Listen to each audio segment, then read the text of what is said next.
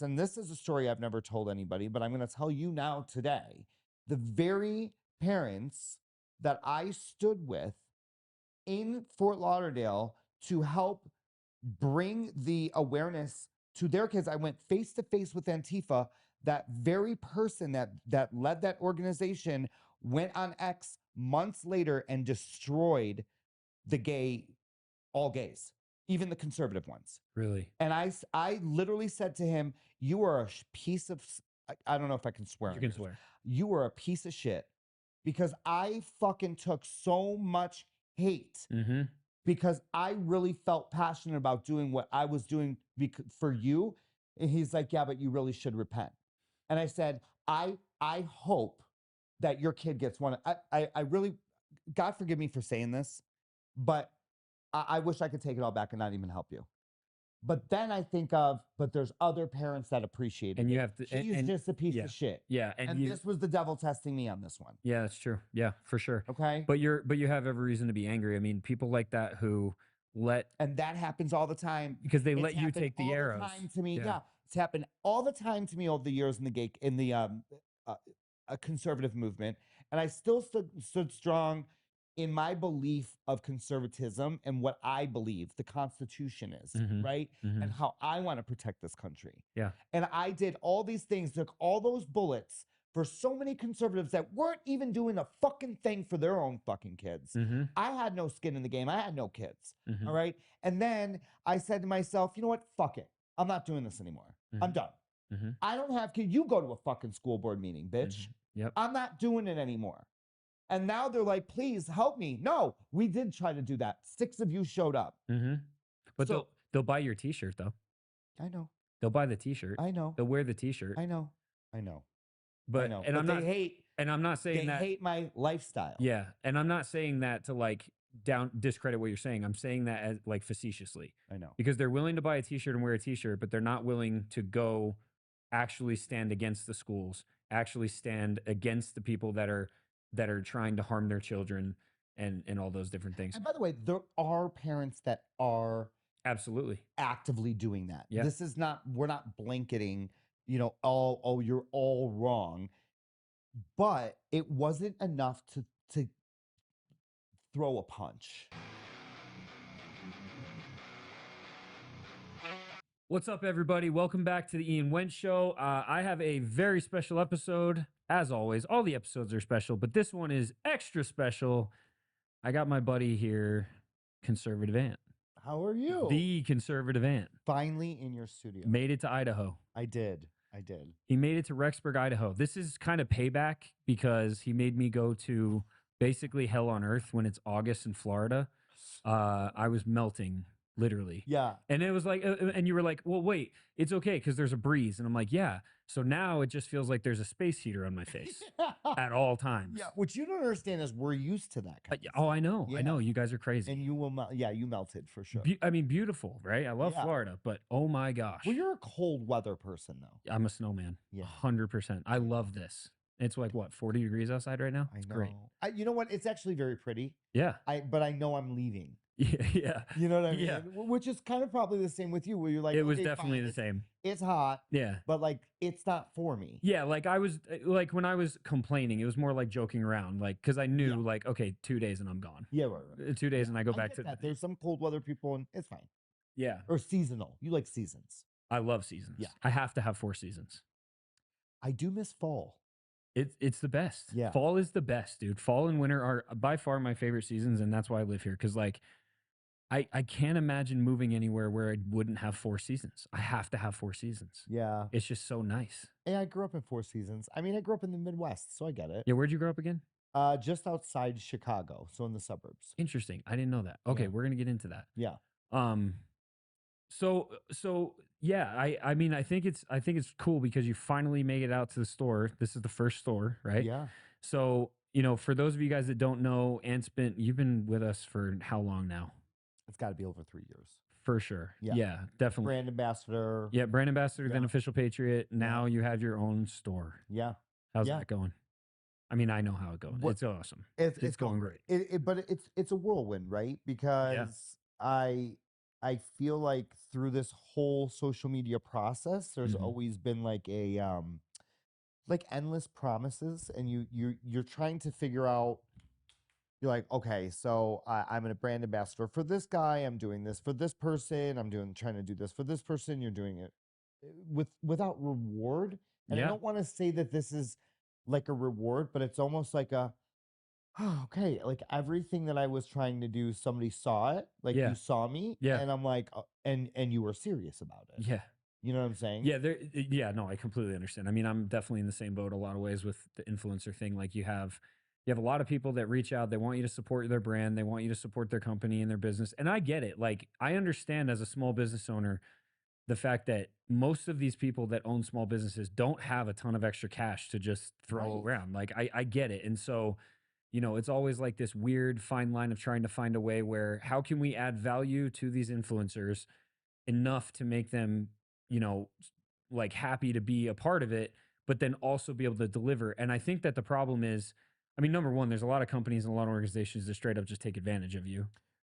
Well, that's a big one. Yeah. Yeah, for And sure. then there's the ones that I feel like probably get to a place where it's like we can't deliver like we thought we could. Yeah. And, that comes back to bite you in the butt. But I mean, from your standpoint and like from my standpoint, it does suck. It sucks when you feel like, okay, I'm in on this and then they just kind of drop the ball.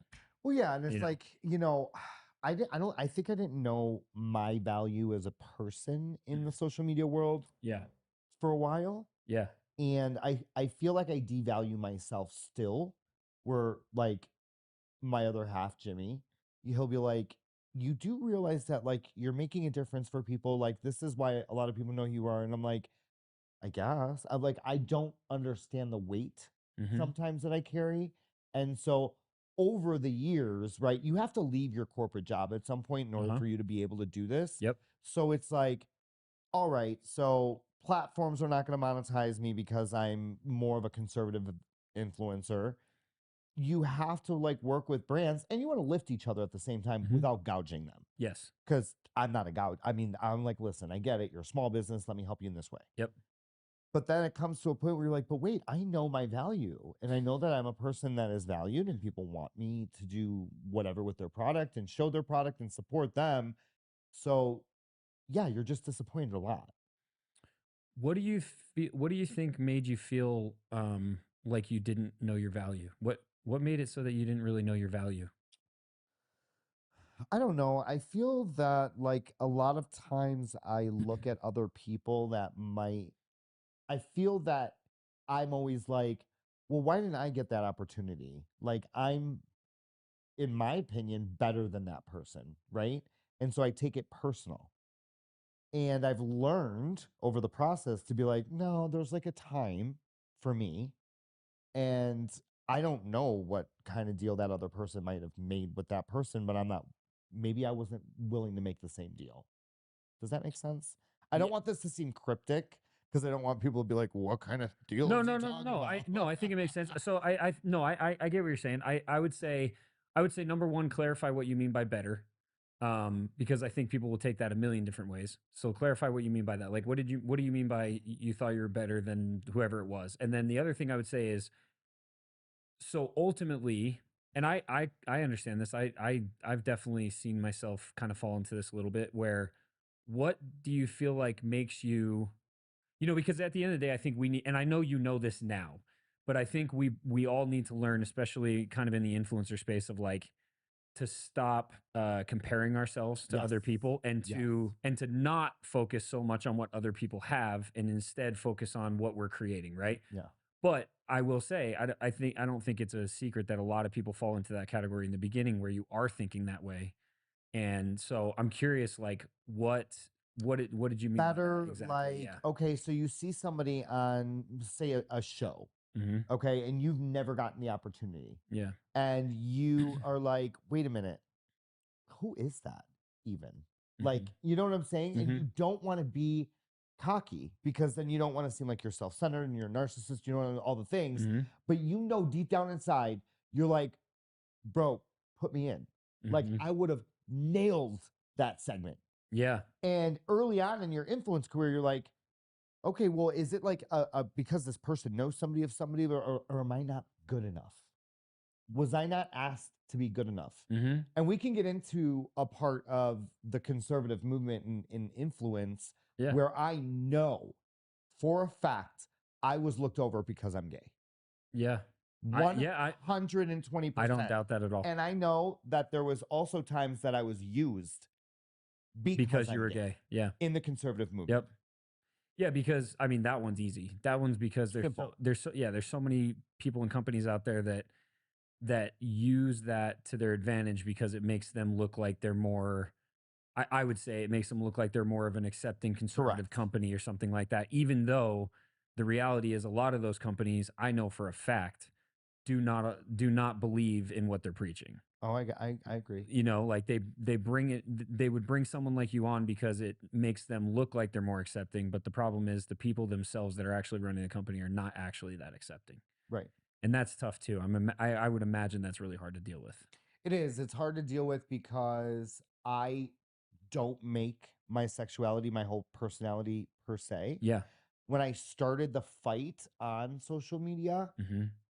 it wasn't to necessarily want to have, like, I don't have kids, so it wasn't like anything that had to do with, like, yes, protecting kids as an overall a thought, an agenda, of course, but I was calling out my own community Mm-hmm. for all the work that was being destroyed Yeah. because of a super, super radical ideology that infiltrated the LGBT community. Yeah. And it was literally used as fuel by the radical right to be like, look, see, look at what they're doing. Yeah. This is what they're doing. They're pedophiles. Yeah. And you're like, hold on, dude. The radical left, you mean? Well, both sides were using it. Oh, yeah, because for now sure. the radical left hijacked it. Yes. And then the radical right was Correct. like, look, we Yeah, told you that this was what they were about. We're like, hold on, we're not all of us are about that. Yes. Yep. And I agreed with the right.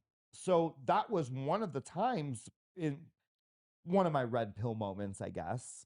Okay. But yeah, it's really hard to go back to what you were saying is like, over this process, am I being used? Do I care? Am I being used for the wrong reason? Am I being used for the right reason? And if it's on them, it's shit on them. So like, I never say anything if there's situations where I'm just like, it is what it is. Like, I know these people hate gay people. And it's tough, dude, because that sucks. It sucks that you have to walk around with that thought in your, like, I can't imagine. I mean, there's definitely been times when people have used me, but I can't imagine always kind of being in this place of like, do they actually like me as a person, Right. or are they just using me because of the unique position that I'm in as far as this political movement goes? Right. Because it does put you in a very unique position. Yeah. Especially for companies that are trying to pander or whatever, or politicians or media personalities or whatever it may be, right? Like the amount of times that you've been invited on a news station, I'm sure, to talk about specifically gay people being conservative. Can't even count the number of times. Yeah. That's how many. And that, to me, to be honest with you, I know that sometimes it's like, okay, that's a necessary thing, but to me, every time I see that, it seems very fake. Yes. Not you, just the fact that they're doing that in general, right? Yeah, and I know it. I know that I'm going on there because they're talking about some type of LGBT radical It's agenda. always something that, yep. For sure. Yeah. And I will also tell everybody that I have been passed up on possible very successful situations for television because people at the top were like, we can't have a gay guy on a Christian network or on a Christian based network. There's no way. Yeah. Yeah, it's not going to work. Right. And then they give it to somebody else who is your classic Christian white girl. And guess what happens? It doesn't work. Yeah. Yeah. Because what they don't realize is everyone's sick of that too. Just how people are sick of woke stuff, they're also sick of that. Oh, there's no question. I've told you this before. I think that I have gotten far more hate from the like right extreme Christian base than anyone else, than the left, than anyone, solely because of my faith of being a member of the Church of Jesus Christ of Latter-day Saints, or because I listen to heavy metal music or any of the Yeah. or the most recent one was Halloween. I celebrate Oh, Halloween. dude, I got trashed for Halloween years I and love years. Halloween, and Yeah. so now I'm a Satanist, Yeah, and of it's just course. Yeah. it's just crazy because We should say, hold on, I gotta stop you yeah, for a yeah, sec. please 1 do. second, please. Yeah, go ahead. On the Halloween thing, Yeah, I don't know when that happened Yeah. because it was like, was it in the last 10, 15 years where like all of a sudden, and here's what's funny also, conservatives, love y'all, but you guys made fun of people for the woke side of Halloween. You're like, oh my God, it's Halloween. But then if someone celebrated Halloween, you're like, you're the devil, you should repent. And I'm like, I thought y'all took us trick-or-treating when we were kids. What happened?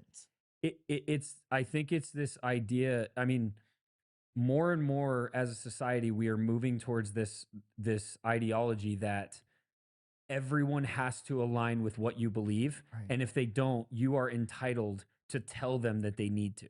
No matter what side you are, no matter what right, left, It's Democrat, both. Republic, it's both sides, it's all different ideologies. But basically, what it comes down to is if you don't agree with me and if you don't believe what I believe, I am entitled and I have the right to not only tell you what I believe and tell you what I think and tell you how you should believe and how you should act and who you should be, but also to shame you because you don't. Right.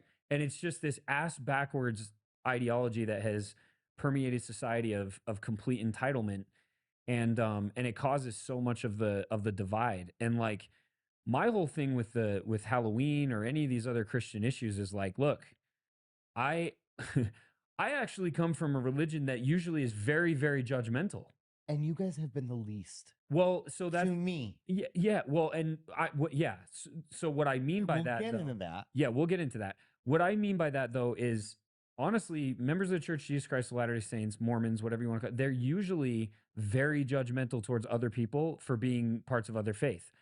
But I personally have made it a goal and like a very just a point to never do that to people, because it's like if you're following Jesus Christ, if you believe in Jesus Christ and you're finding him on a path, I don't care what that path is. Sure. At this point, we all just need to find Jesus Christ. Right. I agree with We that. all just need Jesus in our lives. Yeah. So if you're searching for Jesus, fantastic. Yeah. If you have questions about my faith, if you're curious about my faith, I'm an open book. But like I'm I've not asked you questions about your faith. for sure. We've Yeah. had great conversations, but I'm not going to shove it down somebody's throat. Right. I'm not going to tell you that you're a fake believer and a fake Christian because you believe X, Y, and Z, even though, to be honest, there's parts of Christianity out there that I think are absolutely insane. But I'll never tell you that because Yeah. it's like, dude, you're trying to find Jesus Christ in your life. That is something that this world desperately needs right now. Well, if So we can stand together in that. and well, if you look at some Christians, will literally have posted on X, um, pictures of conservative gay guys wearing crosses, Mhm. and they're like, "Since when did we tell them they can wear crosses?" Yeah. Oh, I'm so sorry. I didn't know that you were now the gatekeepers of Yeah. Jesus Christ as well. On top of the gatekeepers of conservatism, on top of the gate, how many gatekeepers do we have here? There's a What lot. just tell me what you want me to Yeah. do, because Yeah. you sound like people that I'm not going to go down there. I'm not going, because I have learned a lot about my own personal faith, and I was raised Catholic. And so there's a lot of things with the Catholic Church that I don't agree with. And there's a lot of things with Mormons that I don't agree with. But it doesn't matter. If you're a good person and you have faith in something, Yeah. and that keeps you out of trouble, or that keeps you up, lifted, whatever, please do that. And this goes back to everything that I've been saying for years. This goes back to all the mission of Official Patriot Gear. It goes back to all of it, and it is this: no matter what it is that we are talking about, regarding our belief or our stance or whatever it may be, like it's okay to not agree. It's okay to be different. Correct. It actually is necessary, because this world would be such a terrible, boring place if all of us believe the exact same thing. And quite frankly, that is Satan's plan. Satan's plan is that everybody believes the exact same thing, and that there's no free agency and no ability to make your own choice, live your own life, and find your own path to Christ. And so for me, it's like, it's the whole idea of uniting the good. I say it with I say it when we talk about politics. I say it when we talk about everything. Basically, what it comes down to is there's good and there's evil. The good is full of so many different kinds of people from every walk of life.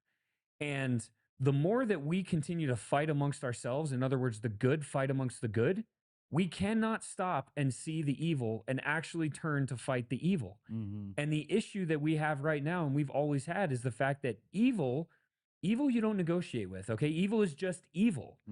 But there's so many different types of good.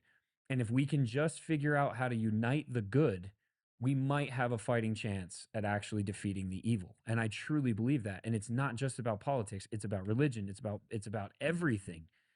But we have been so divided as a country, as a society, by the powers that be, by the elites, and by these people that, quite frankly, are evil. We have been divided by the evil on purpose so that we can't fight them. 100%. And yet we keep on giving into it, hook, line, and sinker. Yeah. Why? I think society has just been so broken down and so weak. I really do.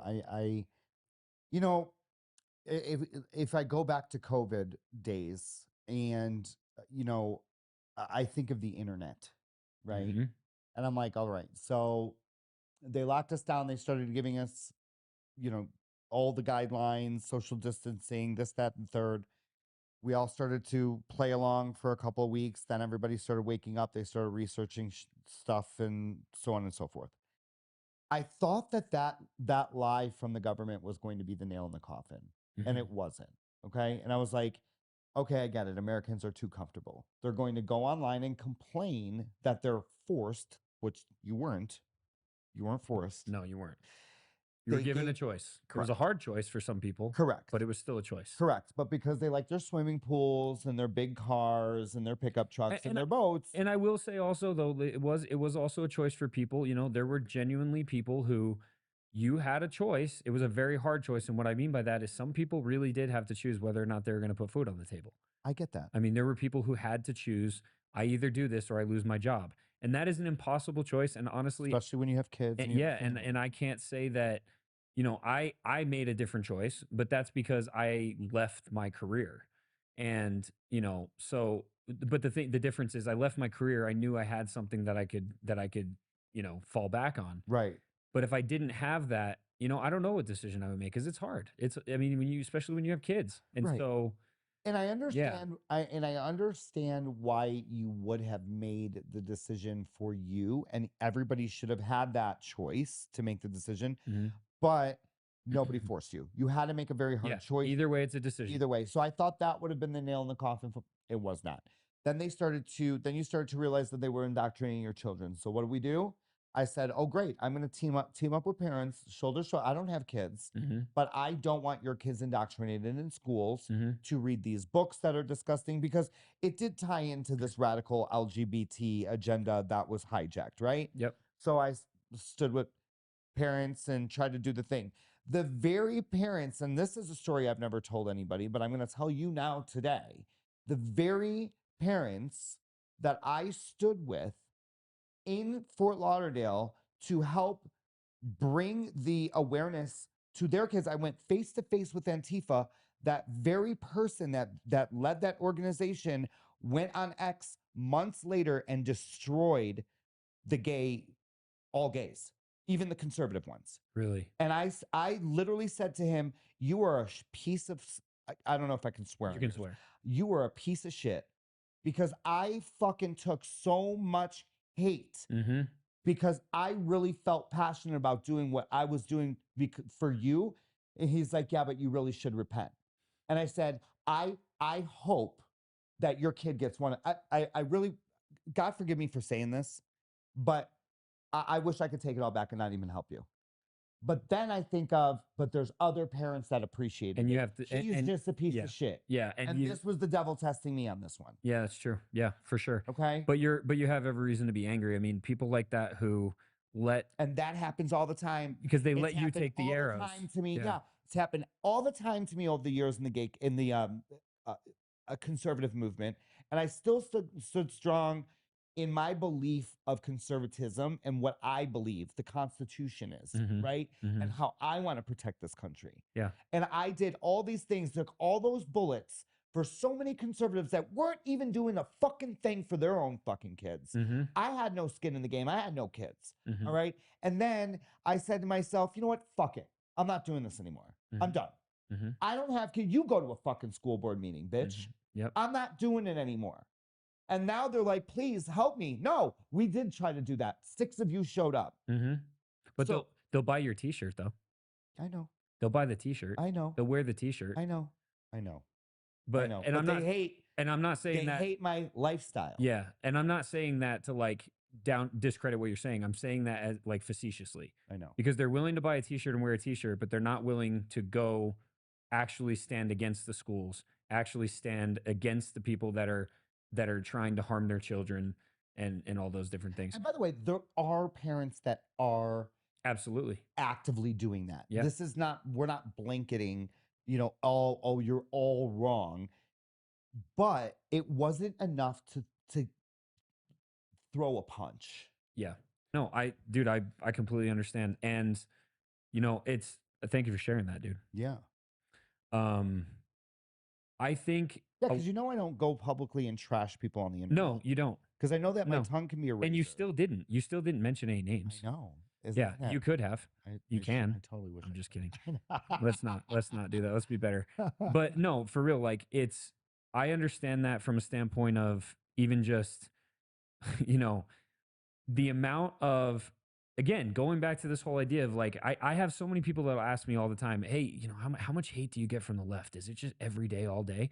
And it's funny because my answer I wish it was the left. Yeah, my answer is always the same. It's literally, I wish it was the left. The most hate that I get by far is from the right. And what's so infuriating is exactly what you're talking about. I took so many bullets and so many arrows when it wasn't cool to be a patriot, when it wasn't okay to be a patriot, when it was, we're censored for just saying the word patriot, right? While all these other people just sat back and stayed silent and consumed the content and digitally patted me on the back, right? But then when it comes down to me actually standing for what's true, and heaven forbid talking badly about their political candidate that they've put on a pedestal, or talking about the government that they thought I loved, which I don't know why, because I've been freaking against the government since day one. That's my patriotism. I actually have too. Yeah. Once I made that very vocal though, it's like, oh, you're a traitor. Oh, you're not part of our team. Oh, I'm going to unfollow you. Oh, you're just too negative. Oh, you're this. Oh, you're that. And it's like, hold on a second. You've been following me since 2019, some of you. You knew where I stood. But just because now I'm talking, just because now I'm calling out Trump and I'm calling out the Trump administration, I'm calling out the obvious blunders and the obvious missteps when it comes to these people who I elected standing up for what I believe was right and holding my values and keeping the promises that they made. Just because I'm now standing up for that, you're going to start shooting the arrows right back at me? Yeah. Get out of here. Are you kidding me? Yeah. And that is how this works. And it is one of the main reasons why I refuse to bow. Like there are so many conservatives right now, or Republicans or whatever, and it's the main reason why I refuse to bend to any party. They are the type of people that legitimately would have left their village behind, gone and found the redcoats and said, I will give you my village. I will give up my village if you give me the guaranteed, guarantee that you're not going to hurt me, guarantee that I'm going to be safe. They will put their own safety and their own freedom over everyone else, to the point where it's even the closest people. You know, you watch those movies from these times, and they would literally give their villages up to the redcoats. The redcoats would come in, lock the entire village in a church, and burn it to the ground. Yeah. And meanwhile, the traitor is sitting there. Well, I'm safe. Yeah. And that's what, we, over the last few years, we have truly found out, I believe, who would have bowed to the redcoats and who would have fought them. That's interesting. Yeah, Think about it. You're not wrong. And that's where we are now. I've said this so many times. And by the way, you and I have gone toe to toe for sure. And hard. Yeah. Yeah. And I think that I I've learned a lot because I think out of all of my friends, you and I probably butt heads on stuff the most Yeah. out of all my friends. I don't know. You probably have other people that you butt heads Oh, with. I butt heads with But everybody. I always There's someone I'm pissing I off. know, but I always come back around to it a little bit later, and I'm like, bro, and you're like, Bet you didn't see this. Yeah, bet you didn't see this. Yeah, no, I mean, and it's just but I'm because not always right either. no, you're not. But there's certain things that I'm like, I get it, and then there's certain things that we still don't agree on, and that's fine. Yeah. I do consider myself still conservative, but very center. And guys, I'm coming off of a bandwagon of I was a Obama voter.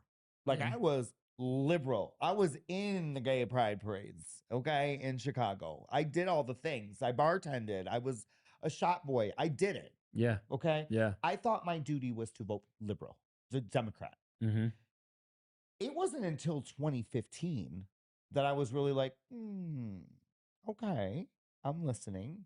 And Democrats are not listening to us because we're not doing anything. So come to now saying we've been doing this since 2019, 2018, 2020, you know, we had to navigate this whole world too. And I also agree with you. I get hate more so from the Christian right and from conservatives. I don't think I can tell you the last time I got a death threat from a liberal. No. I honestly don't. I've gotten more death threats. And I'm still going hard for conservatives. Yep. How the fuck does that work? Well, because I believe maybe you in need true. to stop. We're gonna flip Ant in this episode. No, because I think I feel. I'm just kidding. I feel like maybe I am still in belief of the true conservatism and constitutionalism. Yeah, well, and that's the thing. I view. I mean, because you know where I stand. It's not that I hate conservatives. It's not that I'm like anti-conservative. I go after them a lot. I go after them a lot because they're hypocrites. You're holding them accountable. It's not just that. It's I hold everyone accountable. Yeah, and that's what people don't like about me. Because I'm willing to call anybody and anyone a hypocrite, no matter how close they are to me, no matter how close they are to anybody else. And honestly, this is what we've butt head about. Because eventually I hit somebody and you're like, yo, bro, this is my guy. This is my friend. This is my business. And it's like, dude, it's not personal. It's just the number one thing that I absolutely cannot stand, honestly, and this is really where I stand now, is hypocrisy. I can't take it. Like, you are going to tell me that you believe this, but then you're going to say this and do this. No, consistency. That's all I'm asking for in the political spectrum. Sure. And that's where I feel like that's why I have this new thing that I've been saying a lot, and it's true. And it's okay to be politically homeless. As a matter of fact, I feel that way sometimes. I actually think that we're better off politically homeless because we as human beings are not meant to be, we as human beings, as children of God, like we are not meant to be so emotionally and mentally and in every way driven, and even spiritually now driven by politics. Politics are a man-made thing. It was not created by God. Period. It wasn't. So true. So true. Politics were created by men. And politics now, think about this, Ant. Politics literally control people's lives. It controls the way they think. It controls the way they act. It controls who they associate with. It controls what they consume. It controls what they say. It controls where they go. Yeah, and you can look at somebody and kind of know politically where they're at. 100%. Yeah. We are not meant to be that way. So my whole thing, especially over this last like year or so, dude, I swear I'm like almost trying to push people away from like, be politically homeless. Understand that these people don't care about you. I'm talking about the government. I'm talking about politicians. The vast majority of them. There's a few I feel like that are still left that are like, okay, we're good still. But the majority of them, they don't care about us. Yeah. They care about money. They care about power. They care about control, and they don't care where it comes from. And they don't care what happens to us in the meantime. And so for me, it's like, I am all about me, my people, my community, my country. And that's what these politicians should be about. And honestly, that's what this country was founded on. But somewhere along the line, it was hijacked. And it was hijacked by bad actors and and these banks and everything else. And so, you know, that's why I dedicate so much of my time to trying to expose this stuff, because I you know, it was funny. I made a post. I commented on Vivek Ramaswamy's post today. I saw that. So he made a post about how there was you know, they got, the Republicans got swept and everything like that. What exactly did I say? I remember seeing that today. And while you look for that, Yeah, I'll look it up. Go ahead. You know, you said, you know, people have like they feel politically homeless and all that stuff. It's like I could have sworn there was a time, and here's a good example. We talked about this the other day, and I'm going to talk about America First for 1 second. Absolutely, yeah. I recall not too long ago, conservatives were coming down so hard on people that had Ukrainian flags. Yeah, weird how that worked in their right? bio. Weird. I mean, from memes to sheep with masks and Ukrainian flags on them. And I mean, even me, I didn't want my money going to Ukraine. I was talking about the little man in the sweater that was coming to Congress. Everyone I was. said, is this guy are we actually allowing this guy into our fucking Congress right now? Do you remember when the Congress was all raising Ukrainian flags? I do. Do you remember that? Do you I was remember? so Do you mad. do you remember the outrage on the right for it? 100% Pelosi outrage. and them, they're Yeah. all raising Ukrainian flags. Yeah, well, it's changed now. There's a new flag. Yeah, but now it's totally fine. Yeah, well, and of course it's fine. Bipartisanly. Yes. Weird. Yes. I wonder why. And that pisses me off. And it pisses me off because with this situation, you are automatically, if you're questioning this situation, of all fucking situations in history, if you question this one situation, you guys know what we're talking about, then You can say it. You're automatically an anti-Semite. Exactly. And if I question why my fucking money is going to another country, I don't give a fuck what country it is. Yep. Okay? I don't care what country it is. If I question that, that should be okay. Conservatives, you should be okay with that because you questioned Ukraine, you questioned everywhere else, and you had a problem when they were doing Planned Parenthood in fucking Nigeria, but you don't have a problem with this. Why? Tell me fucking why. Because I know Ian will probably tell us. Because religion. Because what's happening now Fucking pisses me. Because what's happening now is the Ukraine-Russian situation wasn't based on religion. It was based on ideology and political stance. So it was easy for the right to stand against it because there was no cognitive dissonance involved. But now you have a situation where we are supposed to be giving our undying our unvetted loyalty, like uncompromised loyalty to this other country.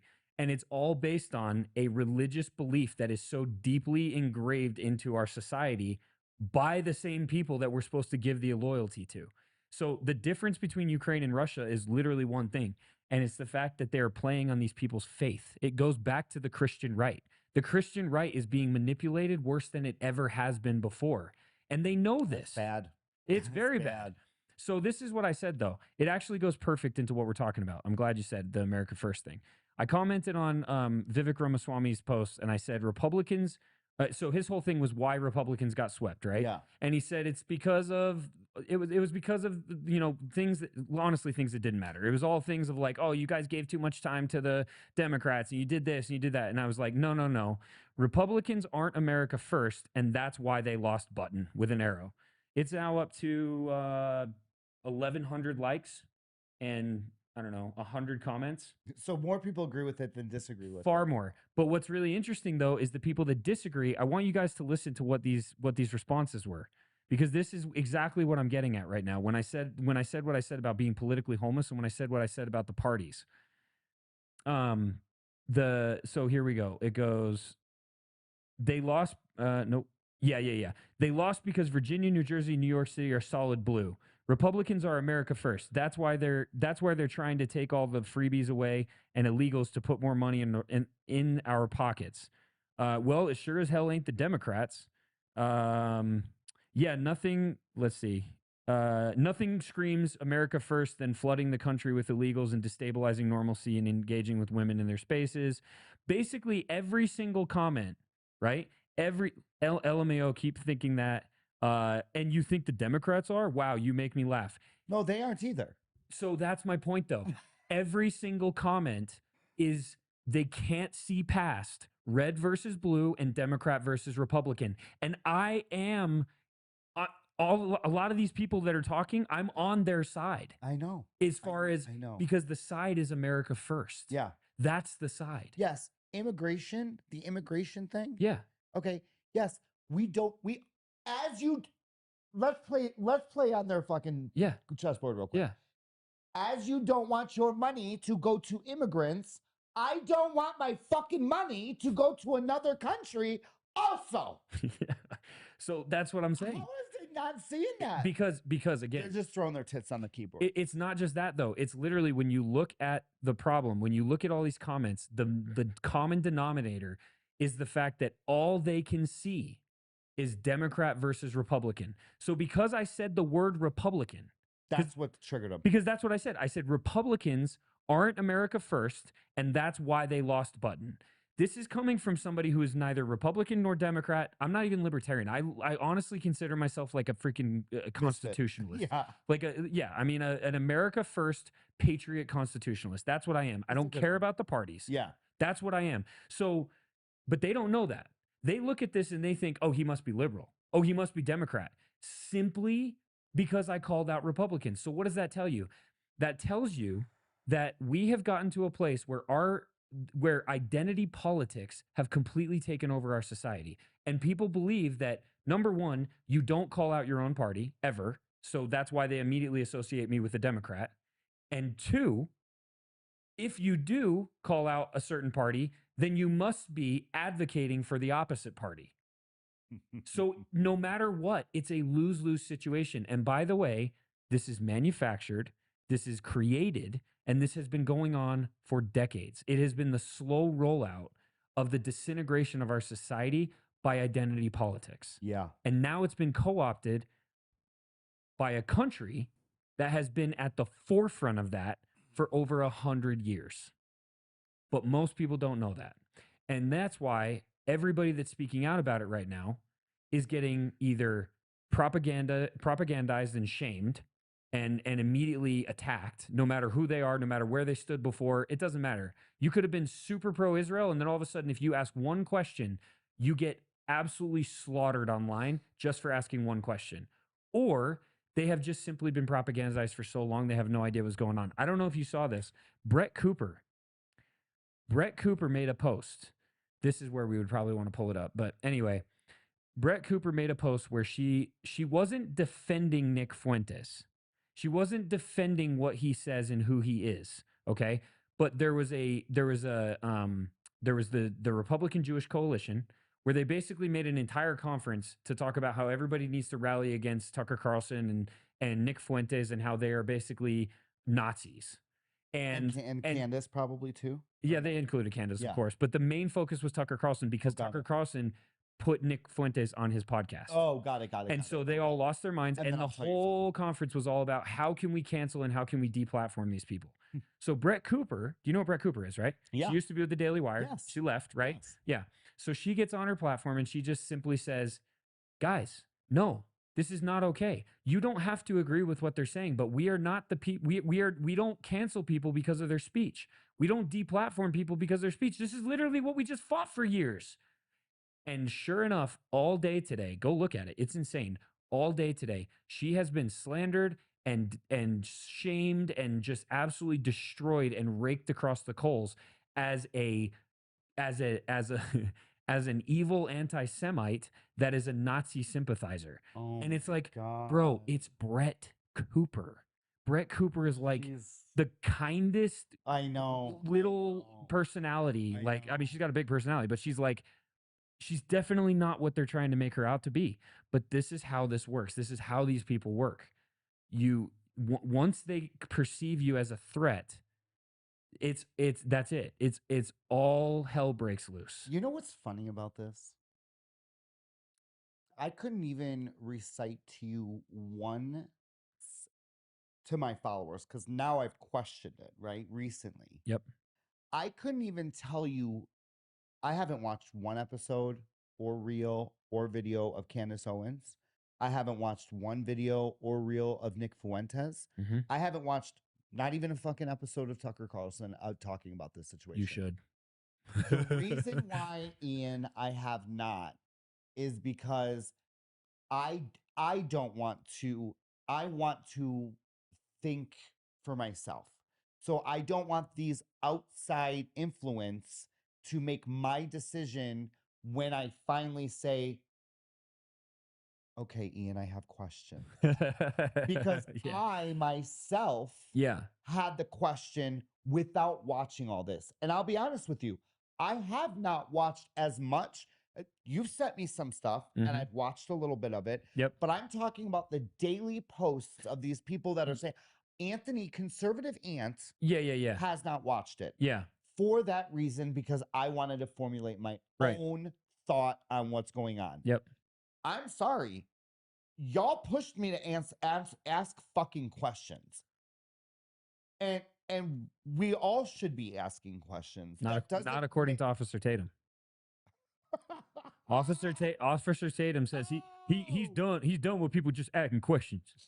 He's done with this. No more asking questions. Y'all are just ignorant, or you're Jew haters. Y'all are just ignorant. Y'all are just ignorant. Don't comment. I have no fucking comment. For real though.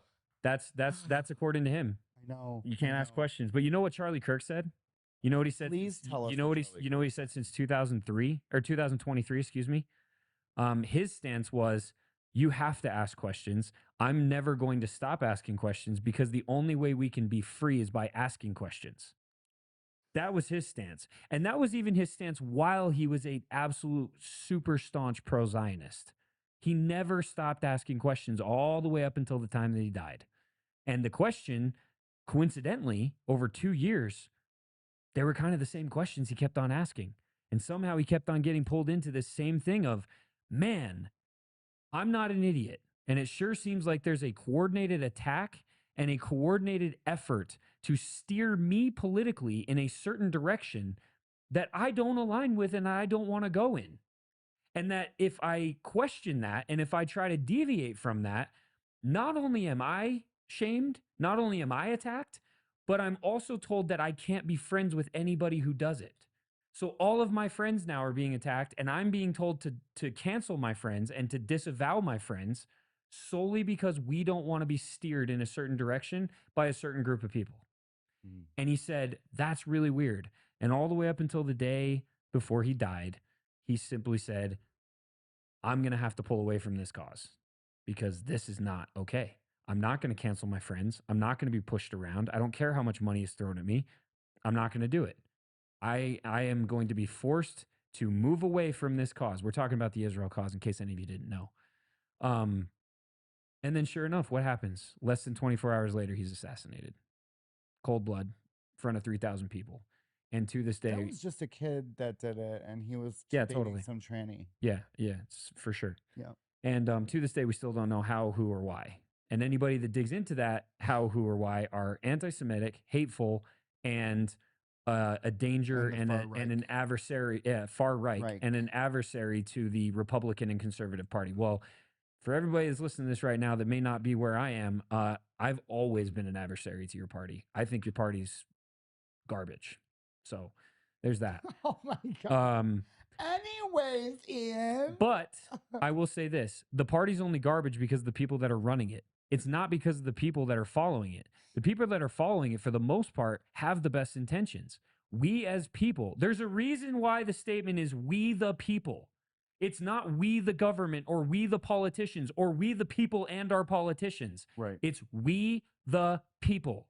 Our values and our principles that drive us to find a way to deal with this political landscape and to try our best to find leaders that represent who we are and what we stand for.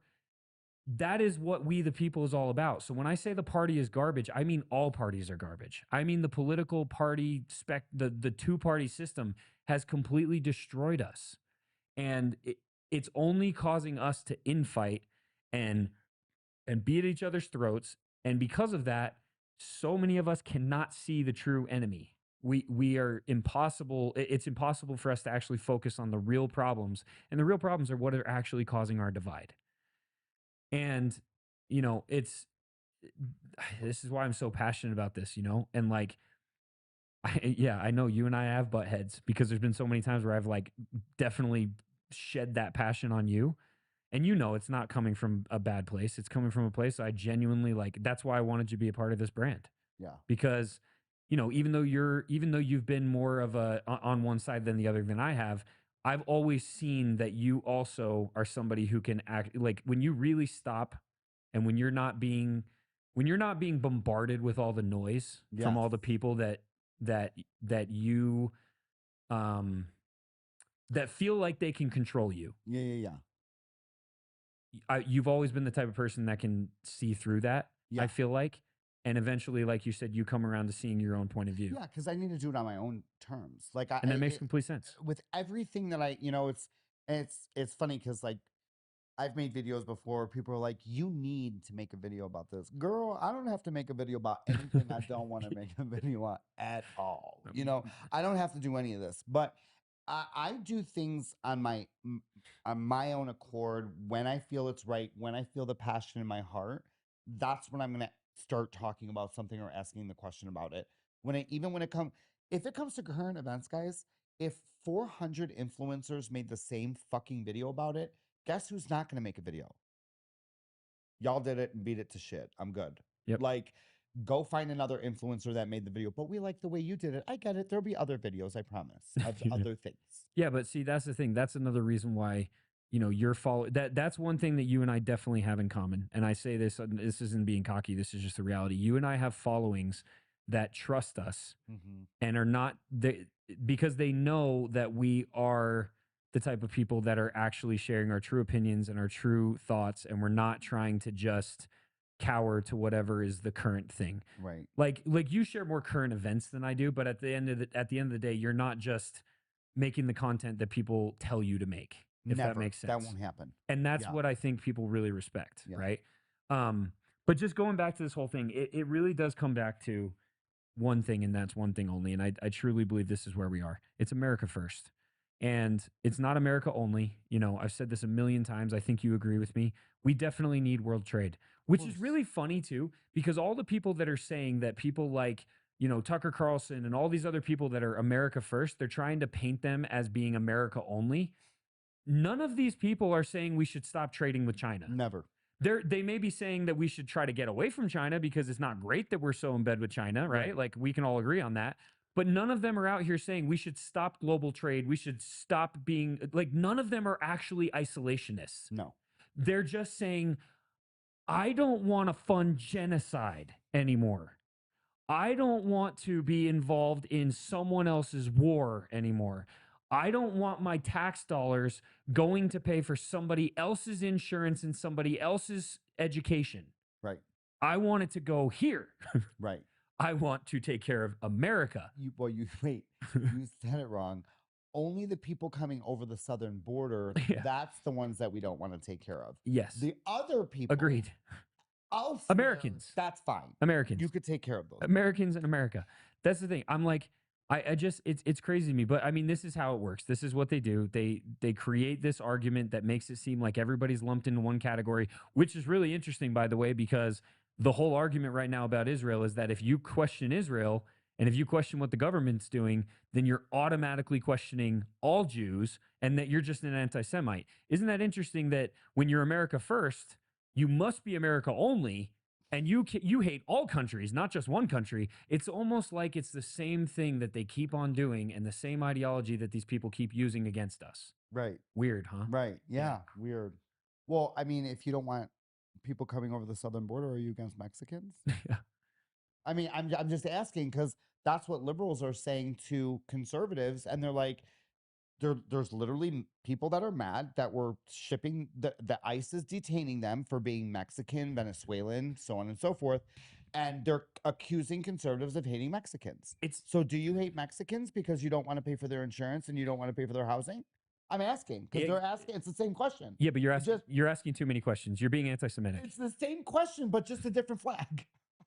Big anti-Semitic. No, but it's the truth. So, and this is what I've said too. Like, look at some of the recent issues. Like, let's just look at COVID, right? I've said this so many times.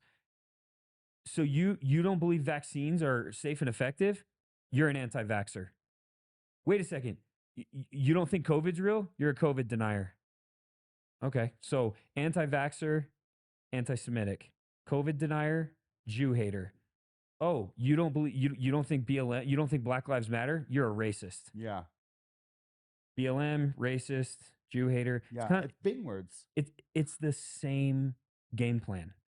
It's the same exact thing. It is. And these people keep on doing it to us. And like you said, going back, the reason why they're getting away with it right now is because there are a few things that are the most inflammatory and the things that cause people to truly like become tribal. And it's religion, it's politics, and what else? What do you think? Religion, politics, and religion, politics, and what? Sex. Faith. Oh, sex. Sex. Oh. Sexual orientation. Oh, sexual orientation. Ideology, whatever, right? Oh, yeah. You have to create this crisis using those types of topics. And the number one thing that you can create the most tribalism and the most craziness and the most chaos and the most hatred and the most everything is always religion. It always has been. The Crusades, this has always been the game plan. Right. Everything that we have seen, I said this before. I truly believe this too.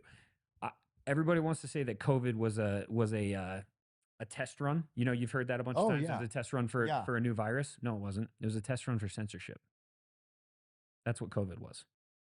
COVID was specifically a test run for how they could label people, identify people, group people, and then censor them. And then once they censored them, prosecute them. Huh. Well, you know, they're being prosecuted in other countries already. Oh, I know. Yeah. They're going to jail for having a social media post that is offensive. From years ago. Oh, I know. Go ask Canada how they're feeling today. Oh, I know. There's like 13,000 people in jail in the UK right now because of offensive social media posts. Yeah. And there's I mean, dude, that's the thing. Like it's, you know, didn't they say that they were going to condition the algorithm? Well, yeah, and when you consider what's happening right now, you know, not to say we're just going back to Israel again, but like, you know, all these people are like, why do you keep talking about Israel? Why are you so obsessed with Israel? Because it's all we freaking see or hear every single day. Like, what do you expect? Dude, I saw the funniest. I did say that. I used this on. I actually pointed this out on Infowars. I'm going to bring it up again. Shut the fuck up, bro. I'm going to bring this up again because it's Bobby Sauce made the best tweet. I love Bobby. I brought it up on Infowars too because it's just perfect. It's Bobby so good. sat with me at a restaurant, actually at Seat the Table in Naples one night, and I fucking went off. Dude, right? he's the best. But listen, he hadn't heard my stance on this yet. Oh, really? And I was just, I was a few glasses of wine in, and I went off, and I look at Bobby, I'm like, am I wrong? He's like, not at all. Wait, do we have any wine? No, I've said enough today. Bobby loved it. So this is what Bobby said. He goes, nearly every person every single day. Israel, everyone else. We should focus on America. We're broke. Them. Why do you hate Jews? It's so true though. So what I was getting at now, right? Now we know Larry Ellison buys TikTok. Staunch Zionist, someone who's a former IDF sympathizer, and or I think she was actually. So he did buy TikTok? Oh yeah, he bought it. Oh, well, I'm still fucking throttled on there, so they must hate. Staunch Zionist. Yeah. Start talking. I dare you to start talking about Israel. Then you have the person who's in charge of the community guidelines for TikTok, former Zion or staunch Zionist, former IDF. That's who runs TikTok now. Then you have them buying up. I think it was $150 million campaign with Google and YouTube. Then you have them buying up VPNs and AI. Wow. I had no idea. Yeah, weird how that works, right? Really, really weird. But anyway, it's just, I think what it comes down to is people are just sick and tired. And this goes back to everything I said about, you know, Mamdani winning freaking New York. Yeah. I even showed you that video, dude. Most people haven't seen that video. I know. Well, but I did tell you today, I said, listen, I get it. I get what your reasoning, it wasn't a reasoning. It was actually pretty factual. Like what you said was like, duh, that's why they lost. Oh, we talking about why he won? Yes. Yeah. But to my gay people, I don't know why you. I mean, I get it, but as a gay man, I would never vote for him because I know that. What did I say to you today? Said his cousins would probably stone me and throw me. Oh yeah, dude, that was freaking funny. Yeah. So I Well, morally would not vote for him because of that. Have you seen the meme? What? There's a meme that says this is terrible, but it's true. There's a meme that says gay pride parade in Gaza, Yeah. and it's just a stack of stones. It's so true though. It's so true. Like It's so true. the gays for Palestine.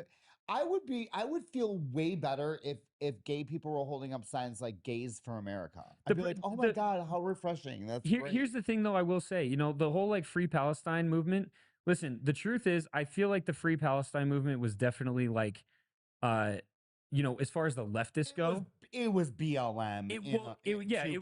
No, it was. It was used against the left because they knew that the left would react by making it another BLM. Yeah. I mean, that's ultimately what became. It's selective.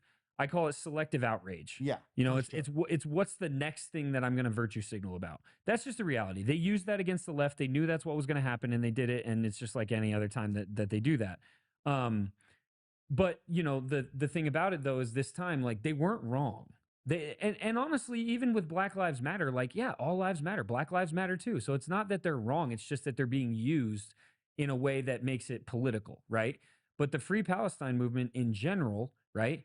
So like even with gays saying Free Palestine, they are doing it for the wrong reasons. They're doing it because it's this is my opinion. My opinion is that gay people that are doing the Free Palestine thing are doing it because it's a way for them to what? Because they're retarded. Well, that too. Yeah, they're retarded for sure.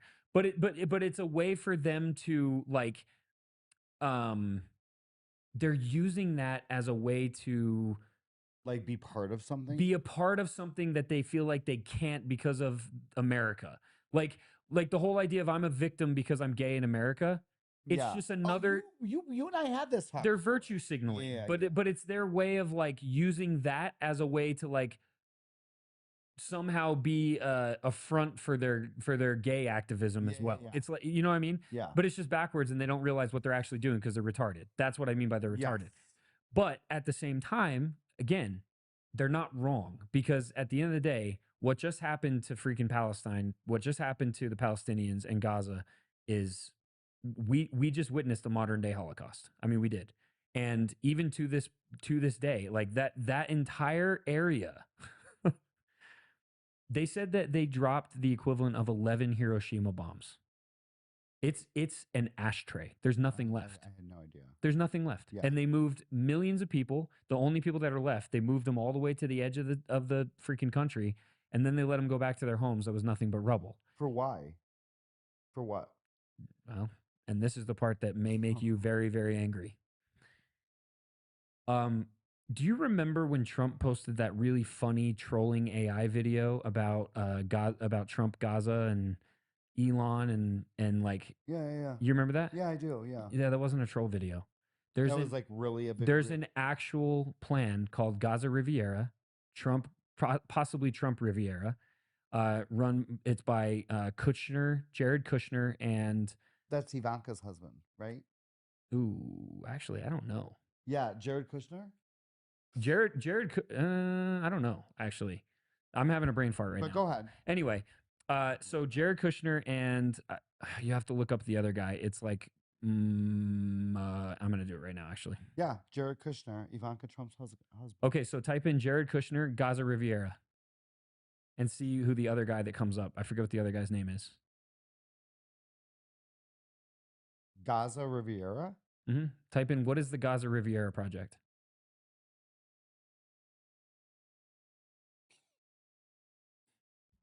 And a lot of people don't know this. And a lot of people don't want to hear it. Go ahead and read it out loud. Jared Kushner commented that Gaza's waterfront property could be very valuable and suggested that Israel should move the people out and then clean it up to enable development. Okay. So now. Real estate perspective, public input. Okay. Type in what is the Gaza Riviera project. Hey, Siri. What is the Gaza Riviera project? Here's an answer from PalestinaChronicle.com. I might as well just ask Siri, right? Mm-hmm. A plan outlined in slide down.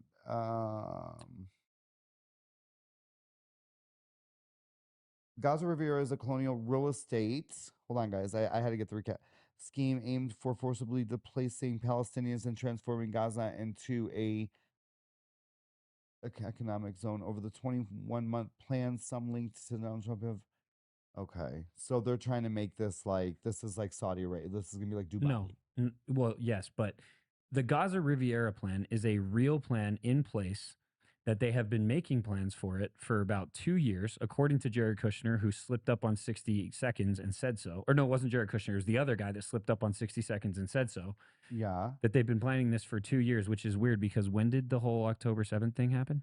That was 2 years ago, right? 2 years ago, yeah. Okay. They are building a luxury tourist destination in Gaza. Luxury hotels, pools, smart cities. By when? I don't know when the timeline is, but that is absolutely something that is happening. So, what did we just do? We just turned Gaza into a parking lot. We killed hundreds of thousands. We didn't. Israel did. We funded it. We gave them the missiles and the bombs and the funding to turn Gaza into a parking lot, kill hundreds of thousands of Palestinians, women and children mostly, starve them, and push all the remaining ones out of the area. And then the area that we pushed them into during this whole ceasefire, Israel kept bombing. Israel has continued to bomb West. How can you bomb somebody during a ceasefire? Yeah, that's a great question, right? It's happened every single time there's been a ceasefire. I'm genuinely asking, just so for my followers, our followers, share a lot of the same ones. Yep. I'm genuinely asking you guys as you would ask Ian. I want to know as well. I don't know. And this is the answer because they say, well, Hamas broke the ceasefire, so we had to retaliate. When, okay. Every single time there has ever been a ceasefire, the answer, every single time, it's always Hamas broke the ceasefire and we had no choice but to defend ourselves and retaliate. This time specifically, they said Hamas retaliated or Hamas broke the ceasefire because they detonated bombs and killed 2 IDF soldiers. No. What ended up actually happening, and by the way, they've admitted this, the things that detonated were old bombs set up by the IDF that went off and killed 2 of their soldiers. They blamed it on Hamas, and then they bombed the shit out of West Gaza. Wait, so like I'm 5.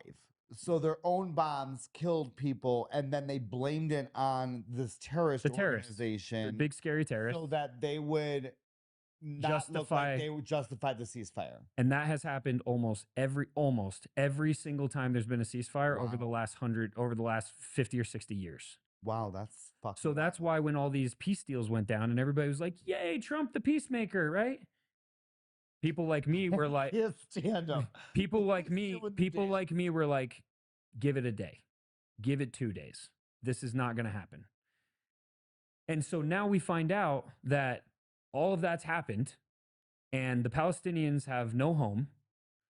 And now they're going to build a luxury tourist destination over the bodies of hundreds of thousands of dead people. And America is funding it. Wow. Yeah.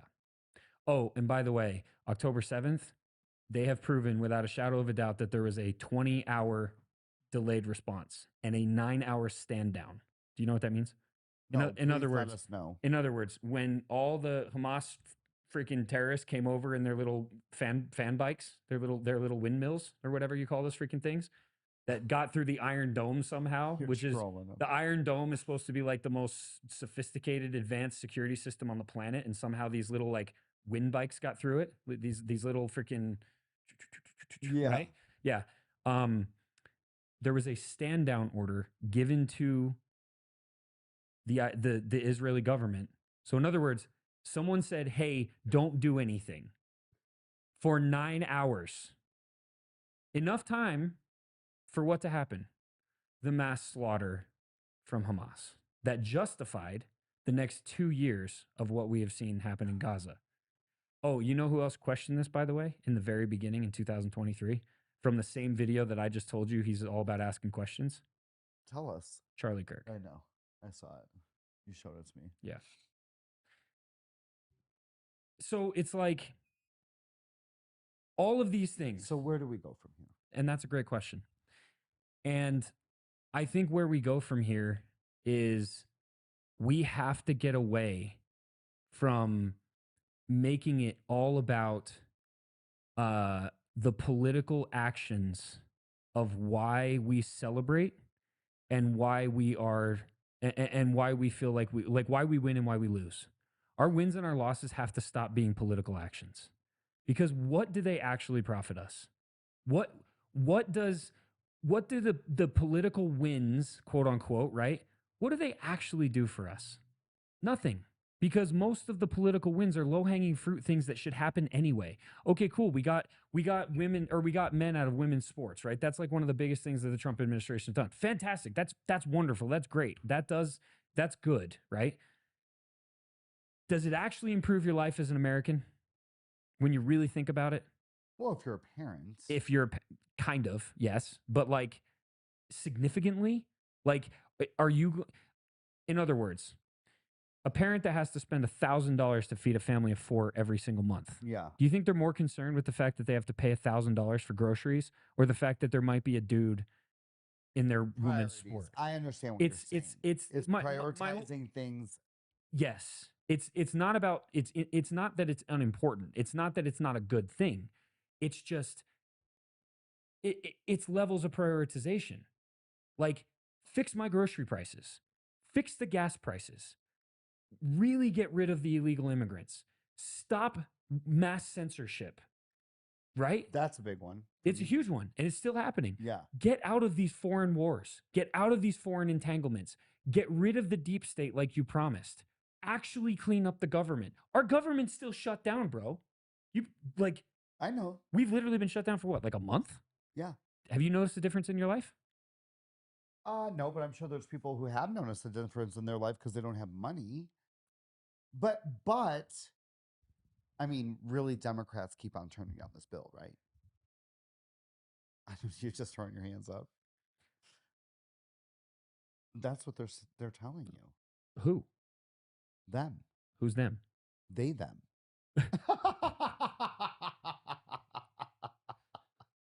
You heard it here. The they, thems are lying to us. No, but seriously, I mean, look, you're right. It's a show. It's a clown show. It's a show. And I'm not saying like we're in a movie. I'm saying like we are in a movie. Yeah. It sucks. Rotten Tomatoes, -9%. That's what I give it. It shouldn't even have a freaking percent. No, but that's what I'm getting at, right? I'm not, look, I think I'm not trying to be like, I'm not trying to sound like completely cynical, right? But at the end of the day, it's like we have to get away from having the focus of our lives be so much on the political actions, the wins and the losses or whatever, and be more on values and principles and standing up for what's right and what's true, no matter what side, no matter what political ideology it is, no matter what it is. Just, we have to get back to America and Americans first. Yeah. And until these people actually show that that's what they're doing, not just by their words, but by their actions. Because there's a lot of words being thrown out. Don't get me wrong, right? There's a lot of things that are being said, but like, what are the actions showing? And this is why I think I've been so outspoken about things, is because, dude, I don't hate Jews and I don't hate Israel. I hate the government of Israel. I hate the people that are using us as Americans to do some pretty horrific things, right? Yeah. And I hate the fact that we are just guilty by association now, and we have nothing to say about that. And I hate the fact that I'm trying to build a business and barely, getting by with my family, but at the same time, my tax dollars are going to another country. I want my dude, the amount of taxes that I pay, right? I would be fine. I wouldn't be fine. I would still feel like I'm being robbed, but I would be better if I knew that those tax dollars were going to homeless veterans or veterans that are suffering from PTSD. Yeah, 100%. Or fixing the freaking roads in Austin, Texas that I just got back from. Holy crap, your roads are bad. But those roads are everywhere like that. Everywhere. It's not only Austin. Everywhere. I would feel better if it was going into infrastructure and building more beautiful buildings. The the brutalism. Do you know what brutalism is? Is that where you just don't build any? Yeah, brutalism is basically like the dumbing down of beauty. Yeah. So it's like a It's all beautiful very- building becomes yeah. very square. Well, I and call all of the new buildings like communist. everything's buildings. gray They and all look cold. very- Yes. Yeah. So Even the McDonald's. yeah, Yeah. exactly. So it's like it's going back to that stuff. That's like, if I knew that my tax dollars were going to those things, which I believe that is what's building America, that's going to make America great again. That's going to make people feel like America's first, right? That's my answer. Get Yeah. back to that. Right. And why the hell can we not? I don't know. And I think they have everybody where they want them. They have. There's now multiple splits in the Conservative Party. But I gotta tell you something about liberals. Those guys are ride or die. You're not wrong. What do you think They makes don't even go after each other. What do you think makes liberals that way? I don't know, being overweight and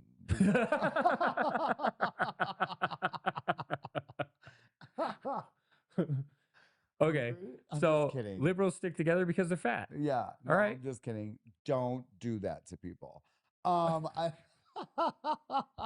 I don't know. What is it? Why are they ride or die? I think they're I'm mentally asking. changed. I'm genuinely asking. Why is it that liberals and Democrats are so ride or die? Why is it that they can freaking rally and not infight and just? Why do they stay so strong? I don't have an answer. I'm actually asking you. I don't either. I'm not asking. I Like, was gonna say palate management. I don't know. Look that up. No, but seriously, you know, like, what do you think it is? It's because I really and here's, since we've sat here and trashed our own friends for a minute. Yeah. I'm gonna say this. I think it's because we have so much free think that we are also opinionated and outspoken. We just can't seem to come together on things and be like, you right. Like, you and I fought for, well, I'm just a bitch. So I'm not gonna lie. I didn't talk to Ian for a week or two. You legitimately blocked my number. I did. Well, I do that to my own brother. But I was gonna say that was the first time it's happened to me, in my life, and I was like, "Damn." No, but you can call my brother. Well, no, I and know. he'll You be- explained to me Yeah. after, and I was like, "Oh, Well, I'm okay." gonna So say that. I was I've like- done this to I was like, personal- "Oh, so it's just his thing." But at the time, I was like, "Damn, Because dude, I he don't blocked my number." I was like, "Wow, that's extreme." No, for me in my mind, it's like, if you block somebody's number that you care about. Yeah, you're shutting it out. I get it. Exactly. You Mhm. shut it out, and then shit that they say is not going to trigger you to say shit You can't prevent take back. a lot worse situations. Correct. Yeah. Exactly. Yeah. But I think that I think the conservative, independents, Republicans, anybody that you want to kind of lump into like pro-patriotism, pro-America, pro this, that, and the other, I think that we are very strong-minded and opinionated and have different things. Yes, there's sheep on our side too. There's sheep on both sides that follow in line. There are. But do you think liberals and Democrats are strong-minded and opinionated? Or are you saying that you think that's why they don't stick together as much, because they're not strong-minded and opinionated? I would say, Why liberals stick together? yeah, that's what I'm asking. Like, no, but I'm saying why we don't stick together is because we're very opinionated and free thinkers, and so that's what I'm saying. Is it because that's I what think I think they're more like, what's the current thing? We're doing that.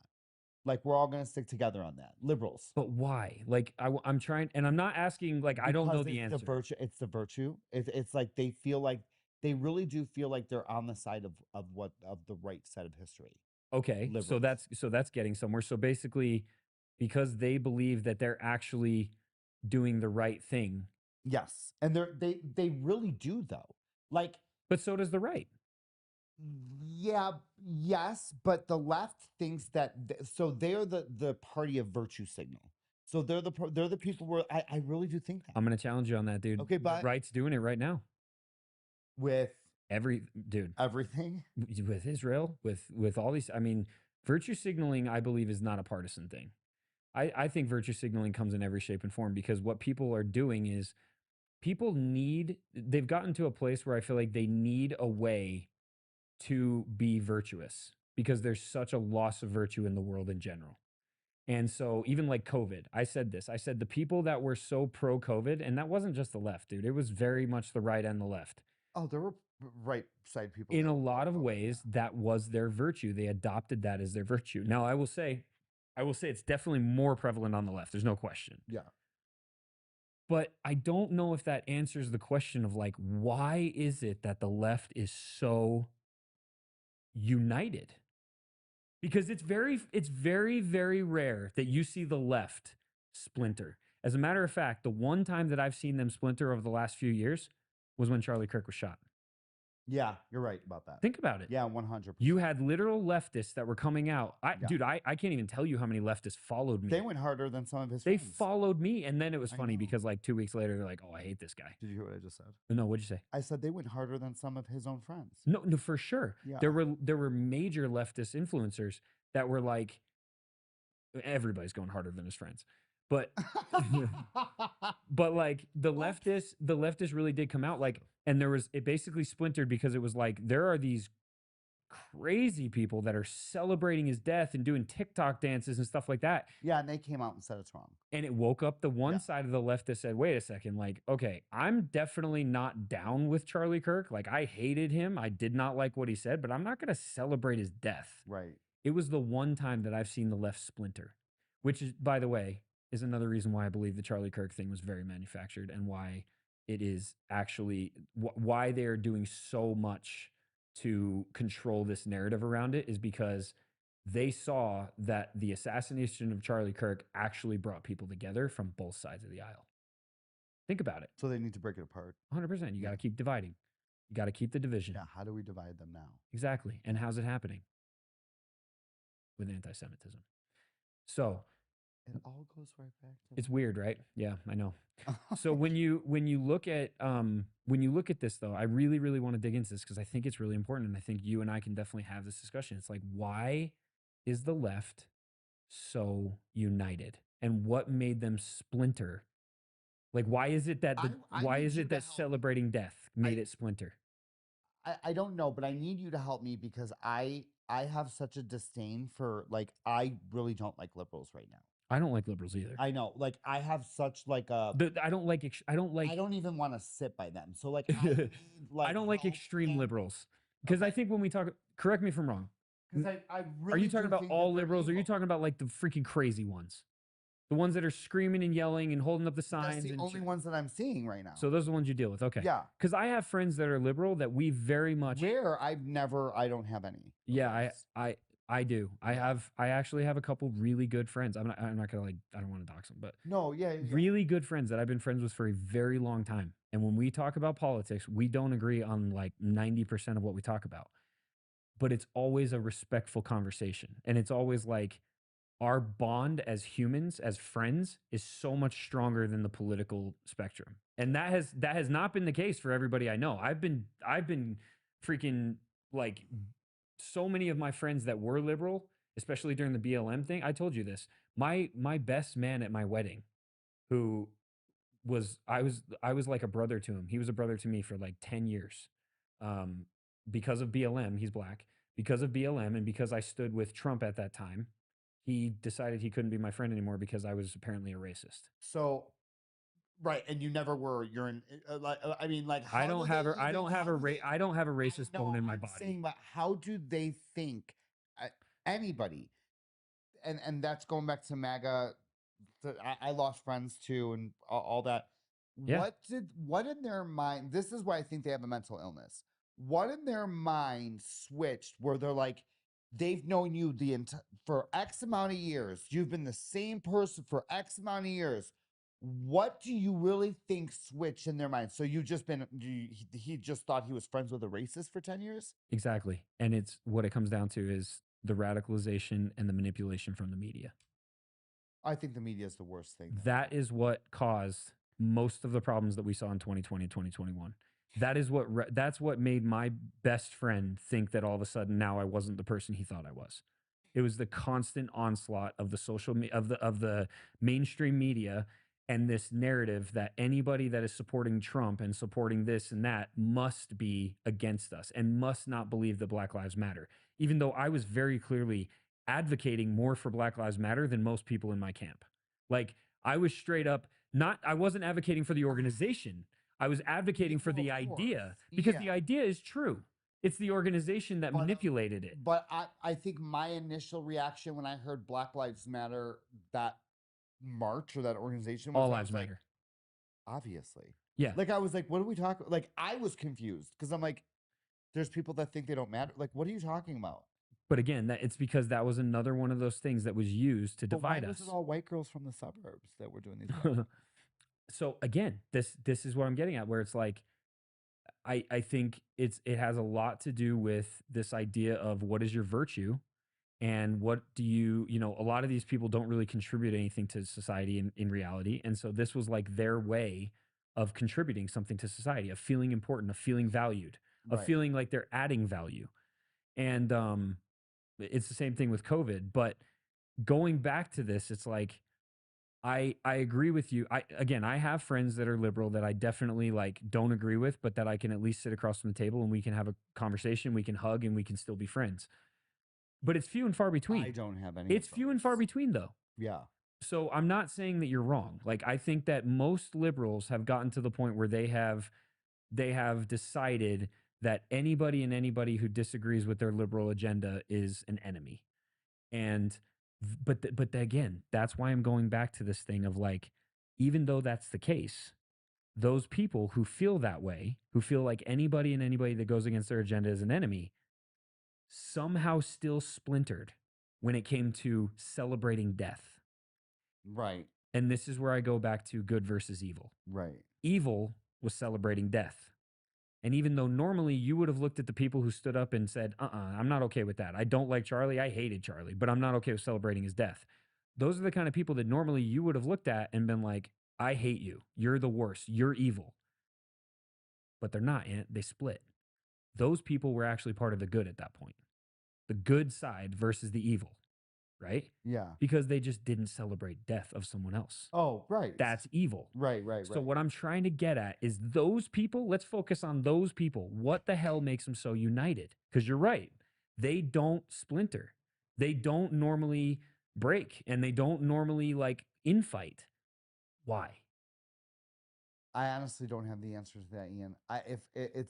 If I had, what do you? No. No, you're saying you don't. I the only thing I can think, this is the only thing that I can think, because I've thought about this a lot. The only thing that I can think is they are so aligned in what they believe. Like it's really just one thing. I mean, it's just like, it's just black and white for liberals. It's like, you either believe this or you don't. But with conservatives, with Republicans, it's not so black and white, because like we've talked about, you have right-wing Christians who don't align with certain conservatives because they don't believe this, this, or this. So they're immediately on their own, in their own camp. Right. And then you have Republicans who believe that, we should be involved in foreign wars. But then you have ones that are like, no, we shouldn't be involved in foreign wars. There's so many. There's more splintering on the right, is what I'm saying. And I think it's because we can't we can't unite, because we're so, it's like you said, it does go back to the fact that like the right has to be right. I've always said this. The left is very emotional, right? Yeah. And very much like tribal. But the right is so, it's like you said, opinionated. Yeah. They're so right. They have to be right. And if they're not right, and if you don't say they're right. And they're all right in different ways. Exactly. Yeah. It's really interesting when you think about it that way. Yeah. Yeah. I mean, honestly, I probably say in the last 10 years, there hasn't been one thing that I've actually really been in a strong agreement with liberals on.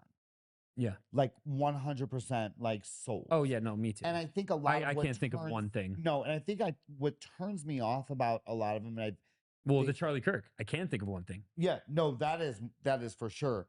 But I'm saying in general, like, when the way I see them act during protests and the clown show, I think to myself, are you trying to win over a voter or something? Because that's not working.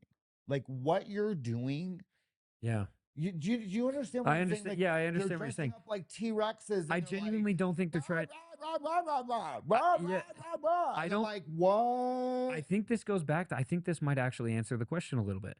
I think it. I think it's the fact that. Okay, hear me out. This is my opinion. Please, I 'cause formed my I need to opinion. know Here's my this. opinion. I think that the left genuinely comes from a place. Most liberals genuinely come from a place where they feel rejected. They feel like their lifestyle is not accepted. They feel like they're automatically kind of outcasts because let's be honest, they're freaking crazy. There's a lot of things about them that's like, yeah, that's not normal. So were these the kids in school that used These to are be the like, kid. These are the kids in knew school that it. get bullied. These are I the kids knew in it. school that didn't have social lives. These are the kids in school that didn't have a lot of friends. These are the kids in school that always were like, angry and like very judgmental and like Yes. maybe not judgmental. I think the right's more judgmental than the left sometimes, but I would just say like Yeah. there's such victims Yes. in every way, shape, and form. And so because of that, they are one big group of victims. Oh. Yeah, And because they wake up, they do wake up with a chip on their shoulder. And so it's so easy for them to Like, what are stay we together gonna make because mad it's about like, now? we're in this together. All these people, they're all victims. We're all victims. Yeah. So You're a victim. I'm a victim. yeah. Stay with me. And all these people that say that we're rejected and they don't like us because of our beliefs and because we say this and we say that, like, it's almost like they will tell you that they're a freaking Matchbox car just because. Yeah. Yeah. Right. I'm a lampshade. Yeah. No, you're not. Yes, I am. And you're a bigot. What? How did that happen? What? How did that happen? Yeah, no, I think you're right on that. I think Because the right's not like I've that. said that before, Because the right's so independent. and that's it. The right is independent. Most of the right is very confident. Most of the right is sometimes too confident. Most of the right is very. I mean, that's just the reality. Like, it's the same reason why when you see protests with right, the right's not out there acting like the left. Why? Because it's not. That's not who they are. When is it time? For what? When is it time? Like, To when pee they're soon. no. So like to go back to where I was like, this is what I thought was going to be the line in the sand, right? The nail in the coffin for this, the nail in the coffin for that. Like, this is when I thought we were going to rise up as so. So when is conservatives? I'm really, what I'm really tired of hearing all the time. Mhm. I'm tired of, well, we don't do that. We had to work today. And I was like, okay, you take a day off to go to Disney, right? You can take a day off if you want to. And I'm not asking anybody to burn this bitch to the ground, but I'm saying to go back to liberals really just sticking it out, and they will. We're all dressing like T-Rex today. We're all dressed like T-Rex today. We need 700 ladybugs dressed up. 700 ladybugs. There's a whole Discord group about it. They're all going. 100 Teletubbies. Yeah, we need 100 of them. like, no, 100 Tinky Winkies. Yeah. Conservatives like, no, we're classy. We're not doing that. Then don't go on the internet and bitch that they're out there doing it. Get it together. Get a Discord group together. Say we need and here, ready for the next argument from conservatives? Mm-hmm. I love you guys, but I got to say it. You know I'm right. I'm going to say it. But we tried that, and it was January 6th. Yep. You're right. They're not wrong. Mm-hmm. You're right. Mm-hmm. That was it. And a lot of everybody got their lives ruined still to this day because a lot of them did nothing wrong and they were just standing there. But we're in a new day and age now. Mm-hmm. And so if something needs to change, why are we not going out there and doing what they're doing? And I will say this. I think it's because I don't think it's a right or a left issue of the fact that most people nowadays are apathetic. Apathy is one of the greatest enemies to freedom. Apathy is one of the greatest enemies to revolution. Revolution doesn't happen when you're completely apathetic to what's happening around you. Right. Cultural revolution, actual revolution, whatever it may be. Revolution happens when people are actually driven to the point where they say, enough's enough. I'm standing up. I'm actually getting in this. And you're right. That happened with January 6th. But I mean, so look, overall, like, I think this is an important conversation because, again, I think the party system in general has created so many issues for us. And it's because people have become so tribal and so like their whole life revolves around their political ideologies. Everything from their friendships, everything, you know, we already like everything is so controlled by their political ideology. Yeah. And it's like, what would the world be like if that, what would the United States of America be like if that wasn't the case? What Right. would the United States of America be like if every single thing we thought about wasn't political? Boy, I don't know.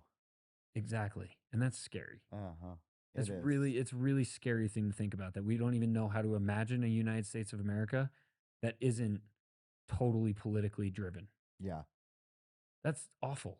I just remember being a kid and like the times of sitting around the table with like my parents and their friends or family members, and Yeah. we just didn't talk about politics. Yeah, like what did we talk about?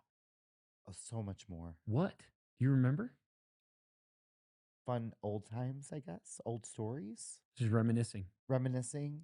You know, the stuff that maybe our moms might have read on the National Enquirer magazine that was like gossip. Yeah. You know, I don't know. But now when you get around the table, it's almost like everything is political. Well, you just and you want to talk about tribal, like it if you have anybody can think about their Thanksgiving dinner or whatever, and you know what family members are coming over, but the second somebody walks in the house, you know exactly where they stand politically. It's so sad.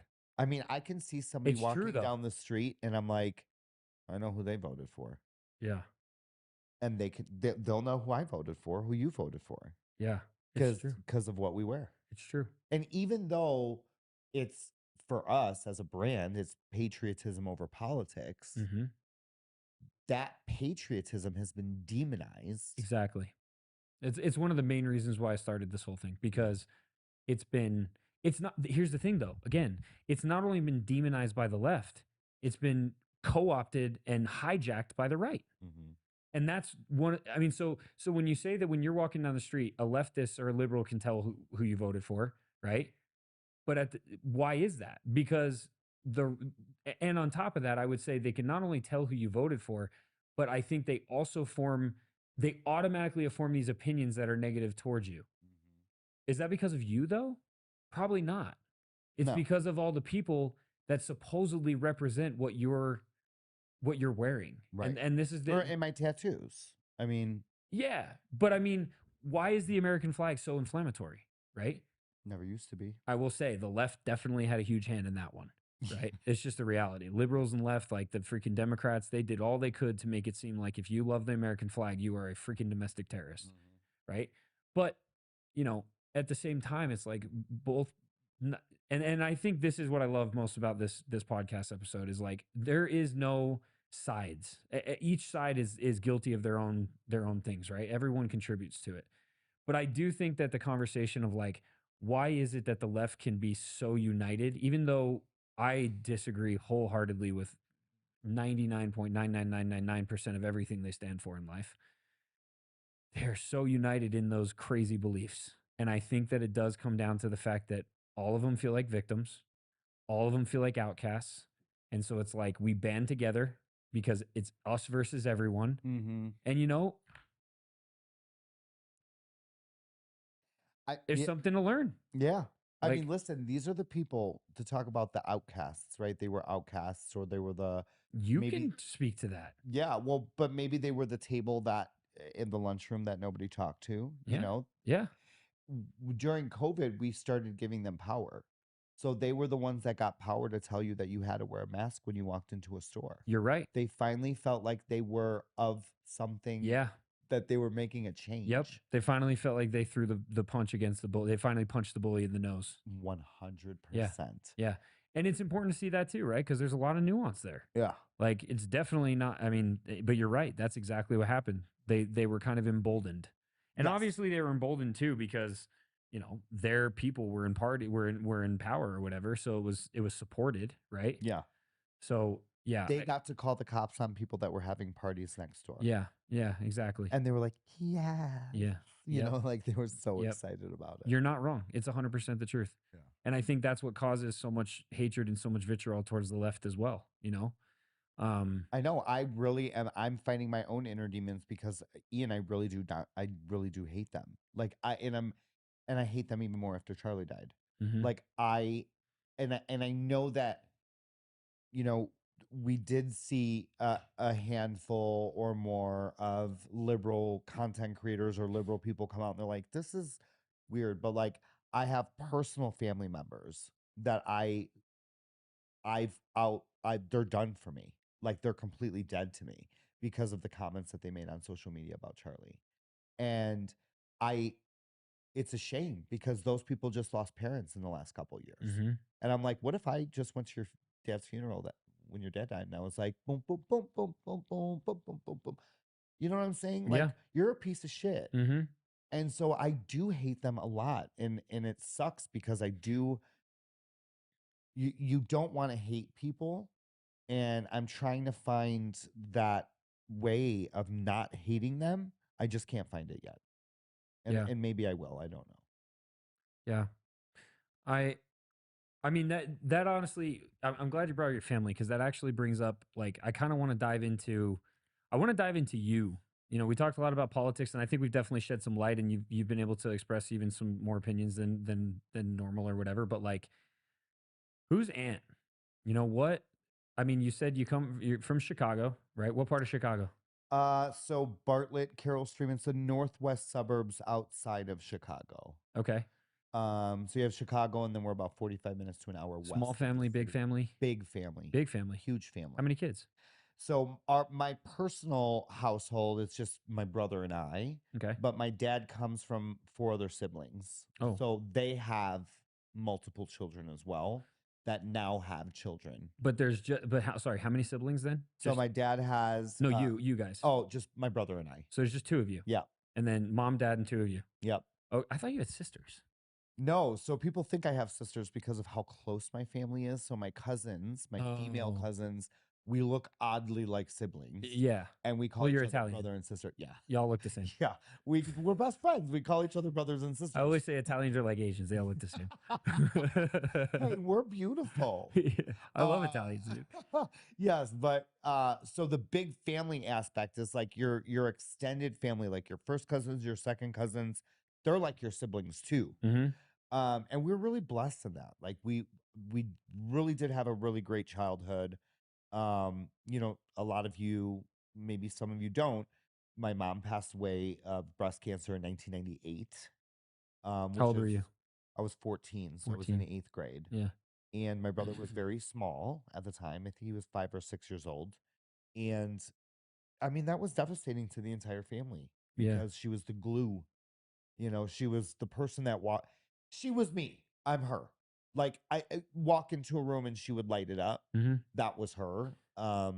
Would you say your childhood with your leading up to your mom's death, was it hard? Was it pretty standard, normal, easy? We did not have a lot of money. We didn't know that at that time. I know my dad. You had everything you needed, but not so many things you wanted. Yes, exactly. That's exactly how I grew up. Yep. They always made it. We had food. We had clothes. They might have been hand-me-down clothes. Yep. My mom tried her darndest to get gifts under the Christmas tree. Yep. My dad was a blue-collar guy, a construction worker. Mm-hmm.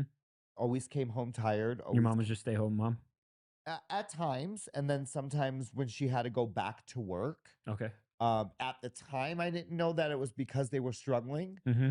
As an adult, They shield you. Our parents shield us like that. 100%. Yeah. 100%. But yeah, I think my dad was like lost because he lost the person that did everything for him. And it made me a stronger person because I had to grow up really, really fast. I mean, during her few years of being really sick and bedridden and couldn't do much, she was teaching me How many years, if you don't mind me asking? Yeah, so I think she was diagnosed when I was in 5th grade. So 5th grade, and then she died when I was in 8th. Wow. So 3 years. so like 3 years. Yeah. And she was bedridden. Yeah, she couldn't get off the couch. Wow. Couldn't get it. Yeah, I mean, really, she was on the couch ridden. And you knew what was going on? Did she tell you early on? Yeah, I remember hearing the conversation that she had cancer, and it was 4th stage.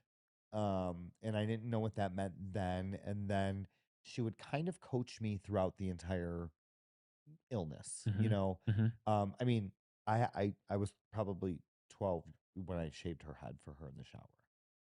Wow. Yeah.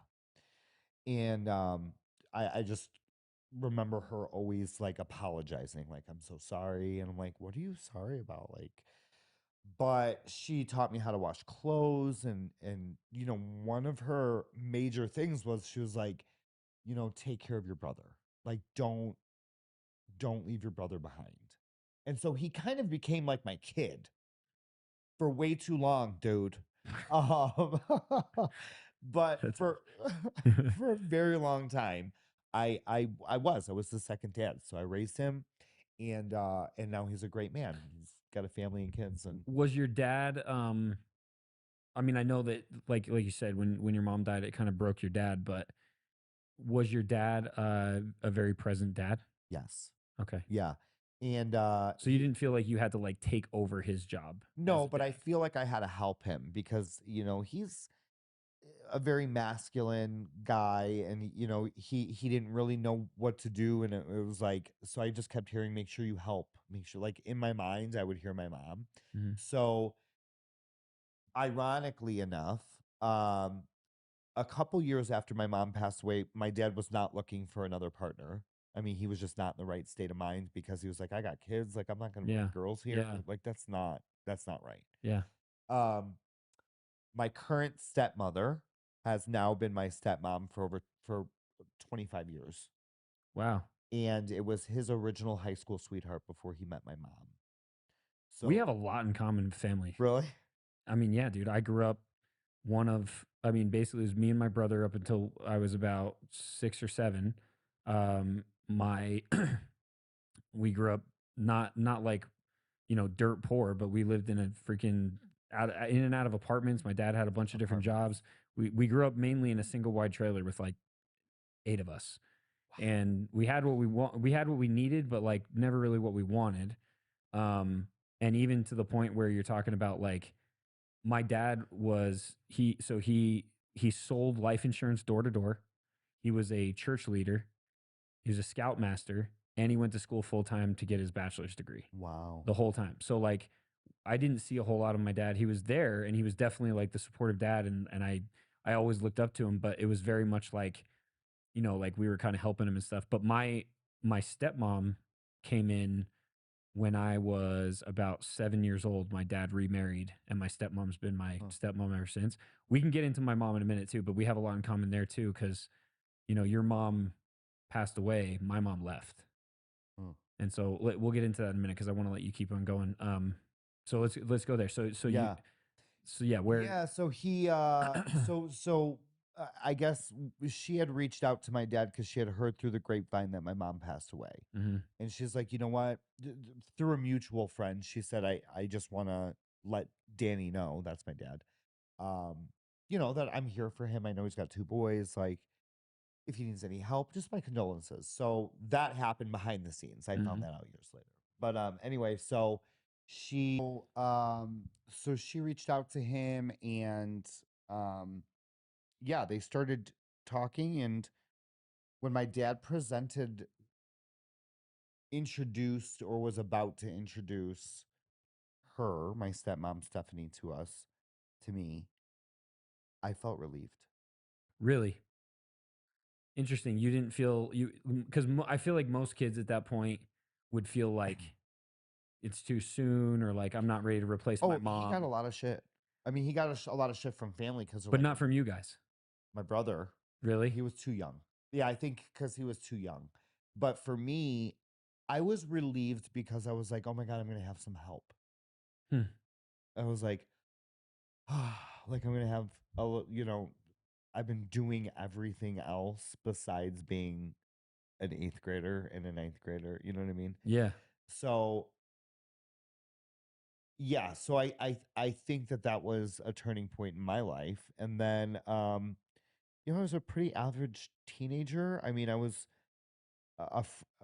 wasn't super popular, and I wasn't a dork. I was somebody who was friends with every single That's exactly group. who I was. Yeah, I mean, Yep. everyone's like, But Raimondi, like, yeah. everybody kind of knew who I was, Yep.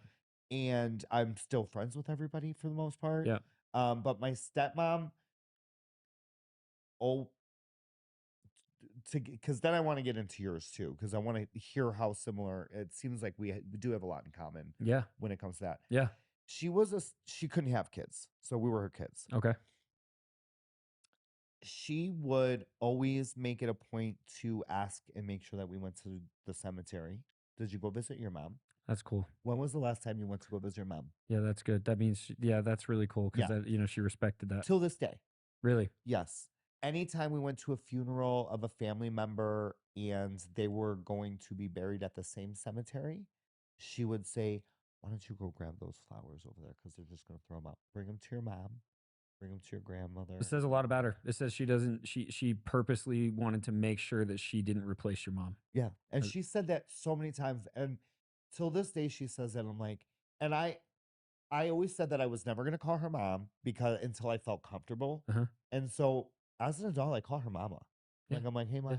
hey ma, hey Yeah. mom. Like Yeah. she deserves that. Yeah. She deserves the Mother's Day Yep.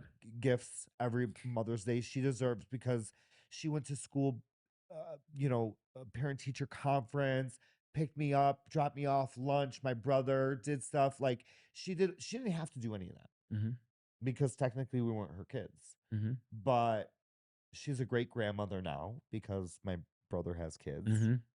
And she's been a great mom. And like I think I was just blessed with two moms. Yeah.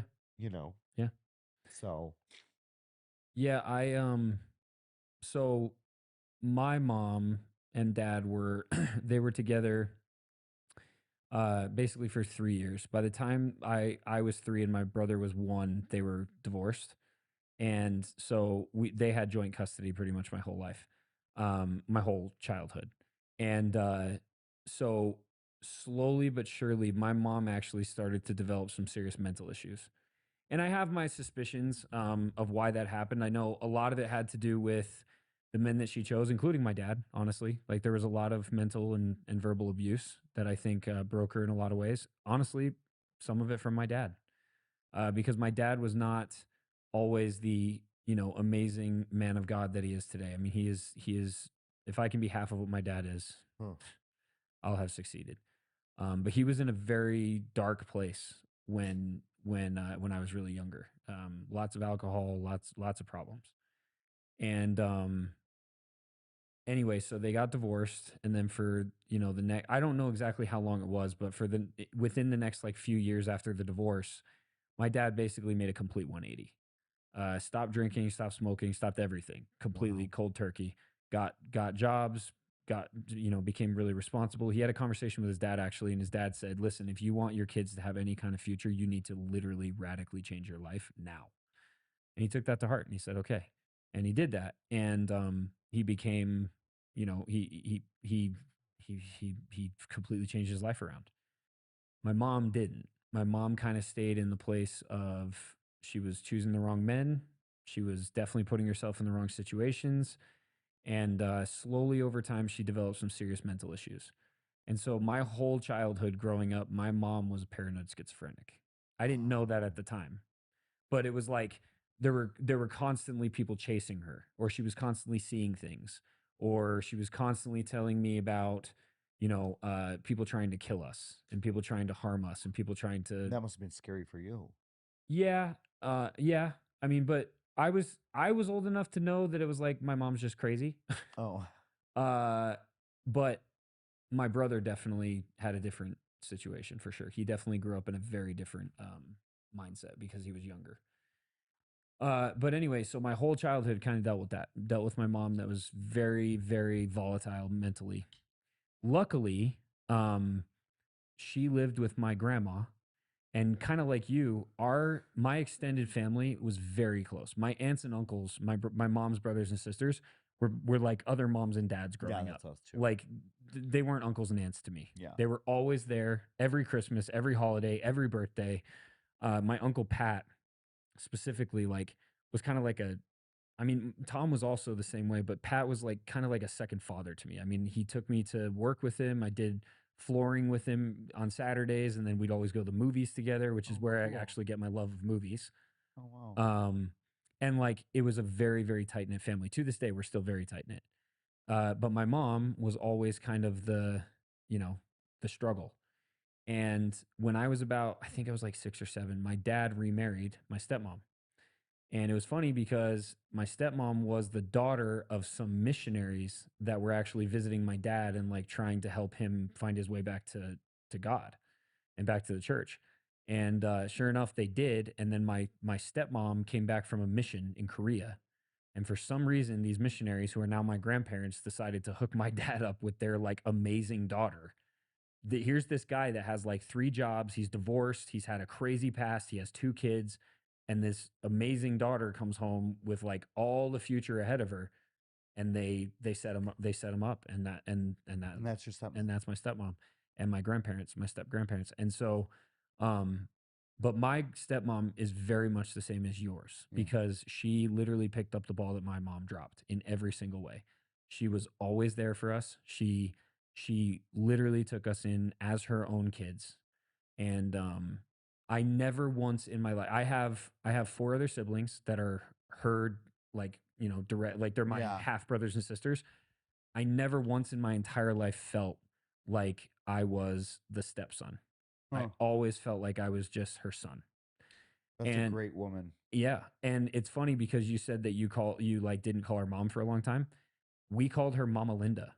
And the reason why is because she did not want, this is because we were young. We came up with that funny name and it just stuck. But I called her that all the way up through high school. And the reason why was kind of the exact same reason. My stepmom did not want ever to feel like, or for us to feel like she was trying to replace my mom. Right. And so she purposely, like, we came up with that nickname, and that was kind of the thing. But what's interesting, dude, is my mom, when I was 16 years old, I came home from school one day and I got a phone call. And so leading up to this, keep in mind, it was always joint custody. So we visited my mom twice a week, Tuesdays and Thursdays, and then every other weekend. Okay. And so come home one day and my mom's on the phone, and she says, "Hey, I'm in Florida." I was like, "Okay. Why?" She's like, "Oh, I came down to Florida for a while to be with Bruce," who was her boyfriend. And that was it. She left. How long ago was that? I was 16. And you never heard from her? No, I did. So but she left. She took off and she lived in Florida for a while.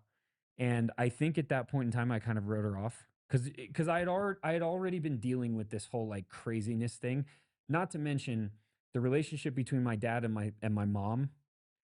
Honestly, not because of my dad. Like, my dad caused a lot of the beginning issues. That is the reality. I think my dad would even admit that to this day. He definitely was not in a good place, and he caused a lot of the turmoil that she went through and probably a lot of the issues that she had later, right? Not all of them, but definitely some of them. The difference was he completely changed his life around, and she didn't. And so it was constant. It was this constant just turmoil between the two families, and I was living between that. Not to mention my dad and my mom and my brothers and sisters, like, we were very, kind of very straight edge. Like, we were members of the church. And so it was a very straight edge life. It was not that way with my mom and my grandma and my aunts and uncles. Not that there was a bad thing, and not that I was like just partying all the time or whatever, but it was not nearly as rigid. So I kind of like lived these 2 lives where I was like, I have to be really good boy over here, but over here I can do whatever the freak I want. Right. And so that was also a part where it was like, where do I want to be? And I had all kinds of issues going through school. Like, I was also like you. I was kind of friends with everybody. I played sports, so I was friends with all the people in sports. And my really good friends were skaters and burnouts or whatever. And like, Those are my good friends too. yeah, or just friends with everybody. Like, it was. I mean, it was freaking Y2K era. Like, yeah. It was just the Jackass era. Yeah. I got in a lot of trouble. I spent most of my days in detention rooms. I invented in-school suspension in middle school. They didn't even know what it was until it was me. I got kicked out of school every single year for random stuff. And like, I was definitely a problem child.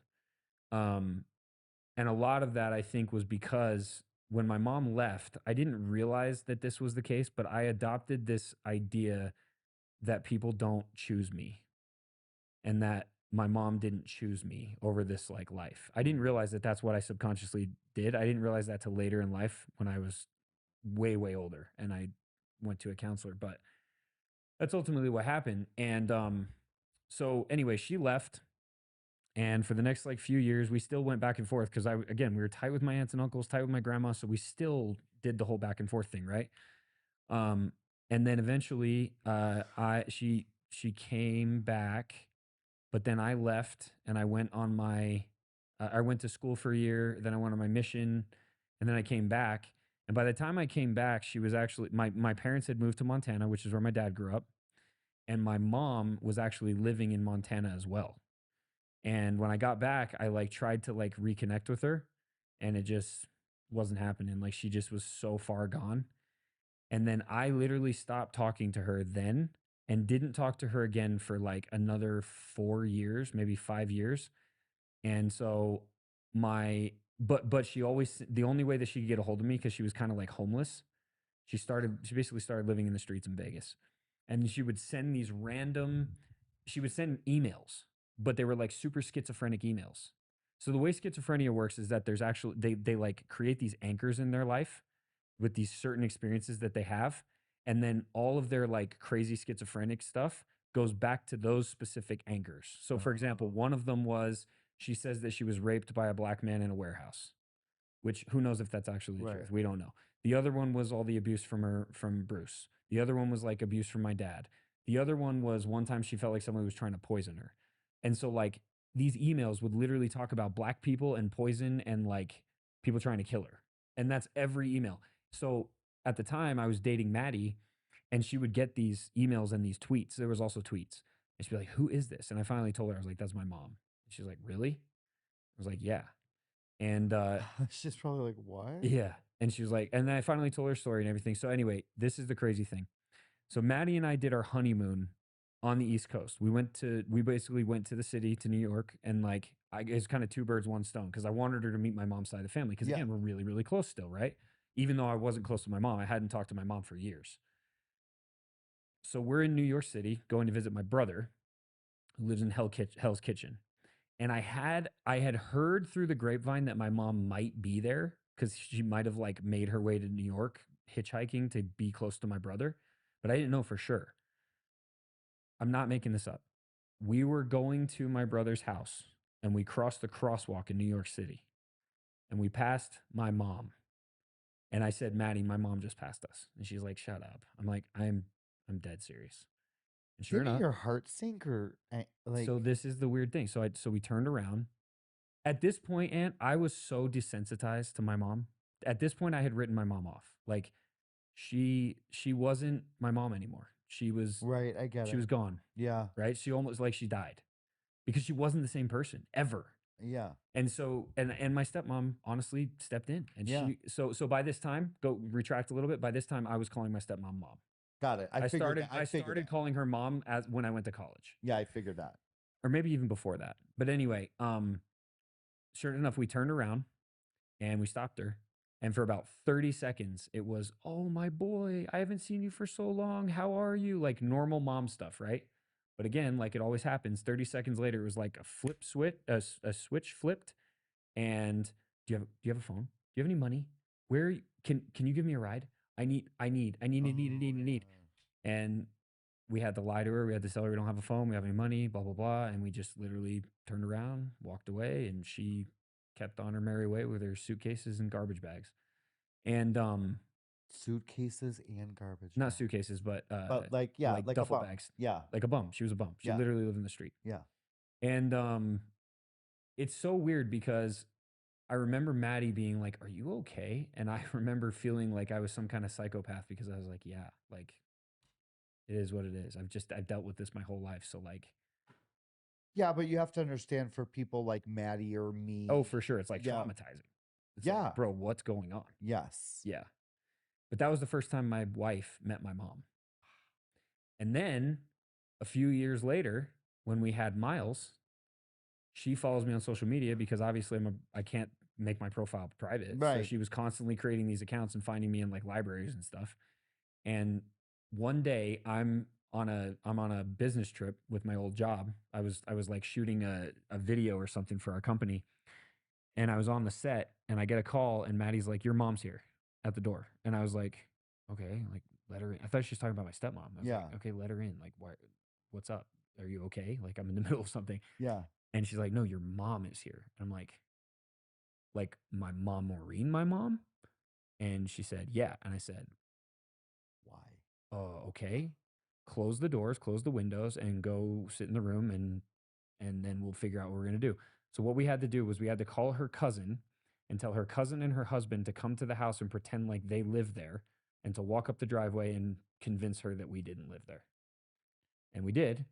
And then sure enough, my mom lived in the park down the street. I'll show you after this. I'll show you where it was. She lived in the park down the street, about 3 blocks down the street, for 6 weeks until we had our boy, Miles. The night we had our boy, she showed up at the hospital and we had to take our names off the register so that she didn't know we were there. Because we don't know to this day if she's dangerous or not.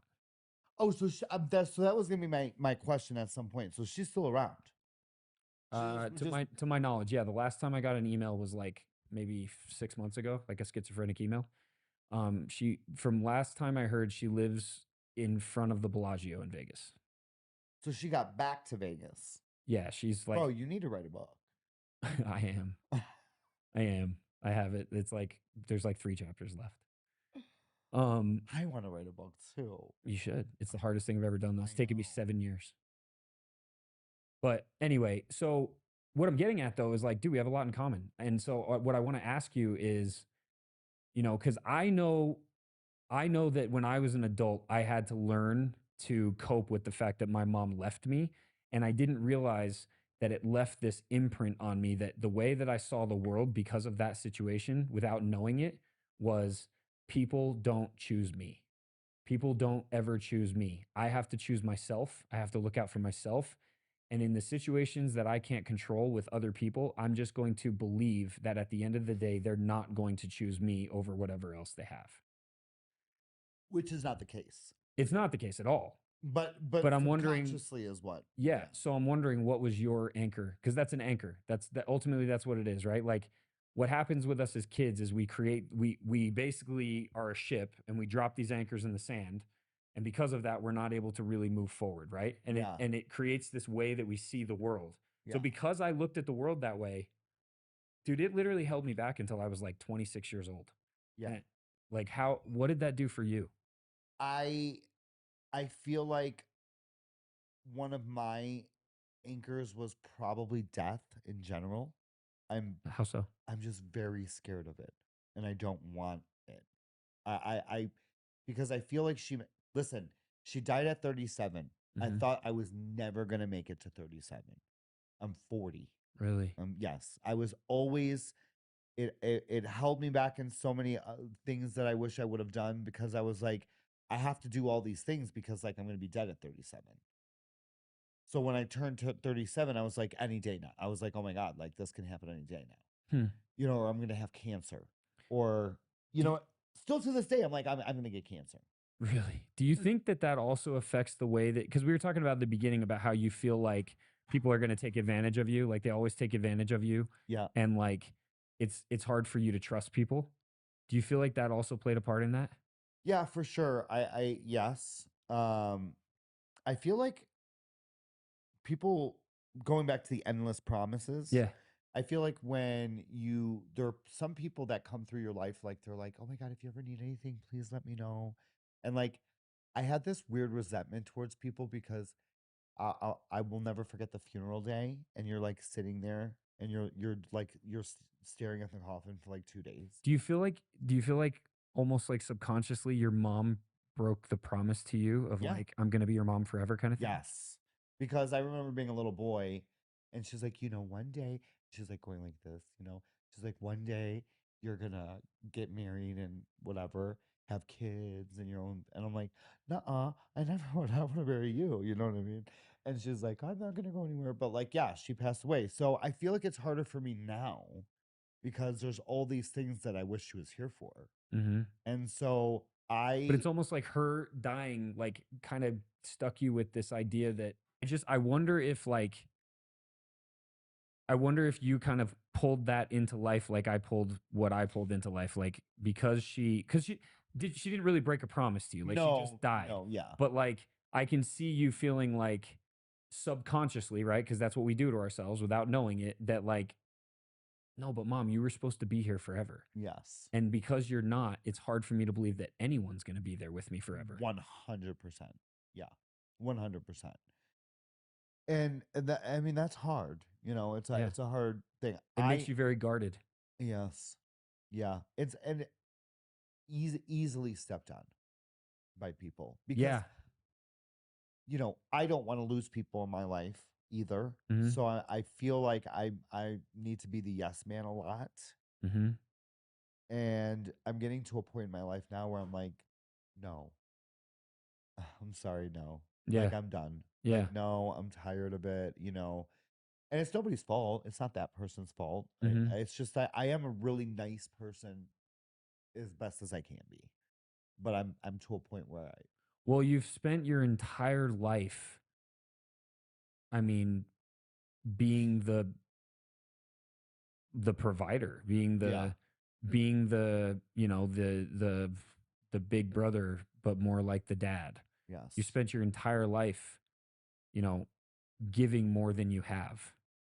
And Yeah. so now when people are constantly asking you for things, but then they take advantage of you, it's like, how much more do you guys want me to give Right. than I have? And I'm not getting anything in return. Exactly.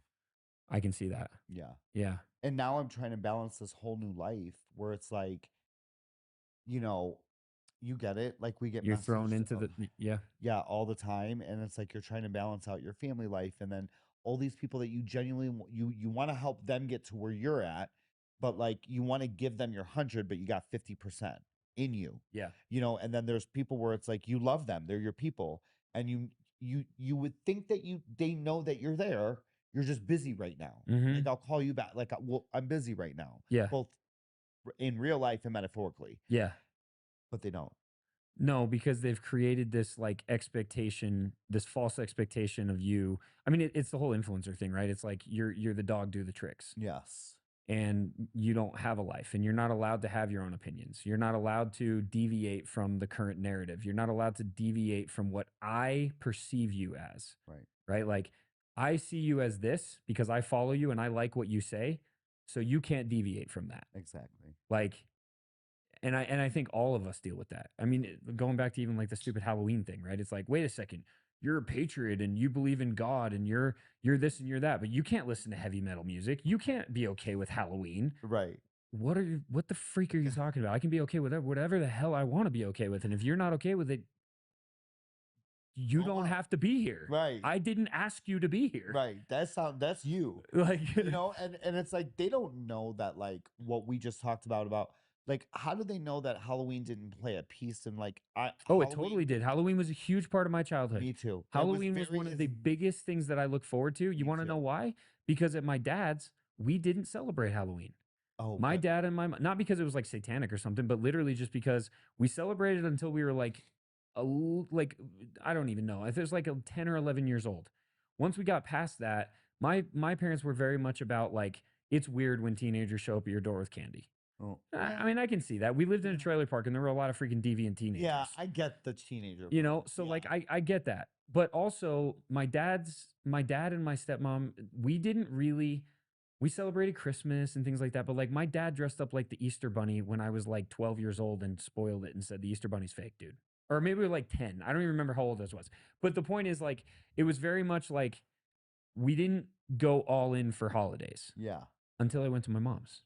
When I was at my mom's house with my grandma and my aunts and uncles and everything, it was magical. It was like every single holiday was accentuated. Oh, that's cool. Birthdays were huge. So Christmas was massive. Your real mom. My real Well, your biological mom. Yeah, my biological mom. Yeah.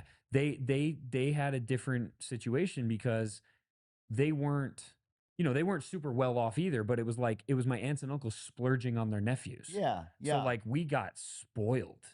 So do you think that And I loved the holidays. Do you think that brings you a better time frame? Like it brings you to a better, it's the only good part of what your mom offered.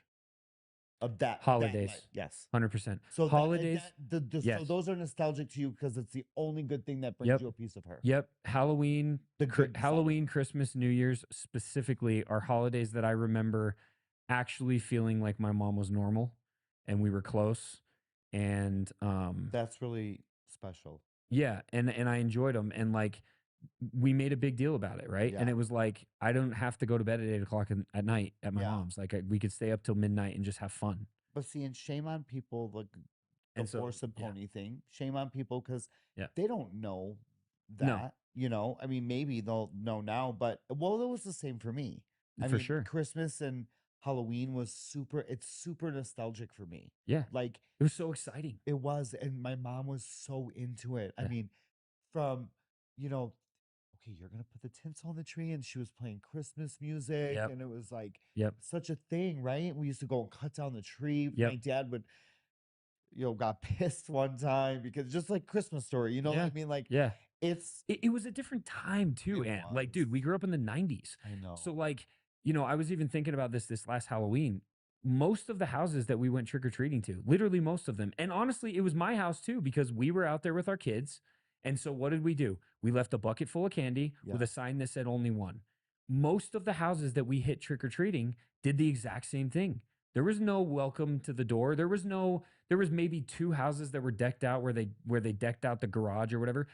In the '90s, that didn't exist. It was like, even if you have kids, someone is staying back and being the candy giver. So Uh-huh. every house you hit, it was like this magical, like, happy Halloween, everybody's Yeah. dressed up, and there's lights everywhere, and it's just like it was a And different time. the old sounds of Halloween, like the Yeah, dude. And it just like goes. those ghosts. Yeah, and the streets were packed and it was all Packed, night long because again, there was no cell phones, there was no technology. So it was like that's what you did. You went out with your friends on Halloween night and you stayed out until the freaking Yeah. street lamps went out. Yeah. And it just goes back to this whole like it really is it's the brutalism of the world. It's totally taken that away. So I think it's easy for people that didn't really experience that to see it as something completely different and not recognize it as something special, Yeah.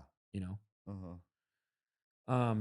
I'm curious, and then I definitely want to touch on this because I do have a question. I told you, going back to my family, I told you my brother's gay. Yeah. He is I didn't know that. I found that out today. yeah, he is. Yeah. He's and he lives in New York. And honestly, me and my brother, we had a really, really hard relationship growing up. Honestly, a lot of it's my fault. I was very I was honestly very abusive. I beat the crap out of him as an older brother. I just beat the living crap out of him all the time. I just Sure. wailed on him and I made fun of him all the time. I was really not the best big brother. Um and I don't know why. I don't Looking back, I'm like, I don't know if it was just because that was actually my way of like trying to stay close to him. Like in a weird way that when I was like fighting with him and like I don't know. It just Maybe it was just a big brother, maybe, little yeah. brother thing. But it was him and me. I mean, up until even with my half brothers and sisters, And like how old is he? he's 3 years younger than me. So they weren't going back and forth with us. It was just us. So it was like me and my brother, right? Like that was it, me and Kyle. And I know why my brother kind of ended up the way he did emotionally and mentally because he's kind of dude, he's honestly like he's like a 16 or 17-year-old in a 30-year-old's body. Really? 100%. He's very dependent. He's very volatile. He's very emotional. He's He's dependent on who though? anybody and everybody. Oh, I mean, right now he's dependent on the state. okay. But he's very much a victim, and he's very much like a very volatile person. And a lot of that is because of the way that he grew up. He grew up in a place where, um, I mean, on one hand, he was not allowed to do very much or have very much. On the other hand, he got everything he wanted whenever he wanted. He was very, very spoiled, but like to the point where it was like he wanted and needed nothing, right? And I think that he actually kind of got a little bit of my mom because while I basically wrote my mom off, my brother didn't. My brother felt like he needed to be the one that fixed her and that took care of her because everybody else abandoned her. And he didn't experience my mom like I did. Right. Um, and so, anyway, what I'm getting at is I have always struggled with something, and that is whether or not my brother truly was born gay, because he was always into Barbie dolls and he was always into princesses and he was always very feminine. It just was. It wasn't like something that just like weirdly triggered. He was just always very feminine. And that's what I remember about Kyle. And so when he came out as gay, it was like, yeah, duh. I mean, duh. Weird, I knew that. Yeah, like when he came out, it was like, yeah, dude, we know. Yeah. Like, it's okay. Yeah. And I still love him. I absolutely still love him. I don't agree with his lifestyle, but I love him. And You don't agree with the gay lifestyle or his other lifestyle? Like just Oh, his life in general. You're not talking about the gay thing. no, like I don't agree with his like he has a very freaking rough lifestyle. Okay, his volatile Yeah, lifestyle. yeah, like I don't agree with his Because when you say lifestyle, some people think that you're talking about the gay thing. No, like so okay. So But how- you don't have to like divulge information. No, I can. Yeah. And it's important. Like when it comes to homosexuality, I believe just like anything else that freedom is that free agency is the greatest gift aside from the atonement of Jesus Christ that we have been given from our heavenly Father. Yeah. Free agency is the second greatest gift ever. What that means is that it is the freedom for everyone to choose to live their life the way that they want and choose their path and be the person that they believe they should be.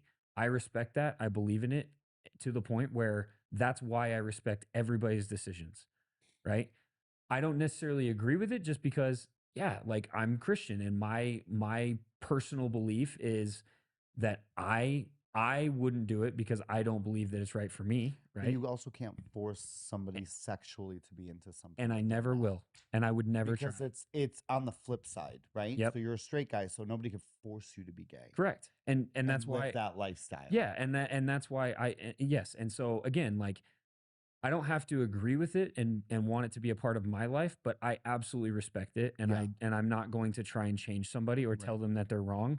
At the end of the day, there is one person that makes that decision, and it is not me, and it is not even a human being on earth right now. It is Jesus Christ and Jesus Christ alone. Right. That is the heaven. Like God is our judge. Yeah. I am not the judge. Yeah. I am here to live my life and be an example and try Be to a good steer people. person Yeah, and- but I am not here to judge anybody. And Yeah. so I love my brother. I don't agree with him, but I love him. And I hate the fact that his lifestyle is insane and that he's dealt with all the things he has, and the pain that he's dealt with. But I have struggled with that of knowing, what do you think? Do you believe that you were born gay? Yes. Really? So I have a very similar childhood direction, right? So I was into Barbies. I was very mama's boy, very effeminate. Okay.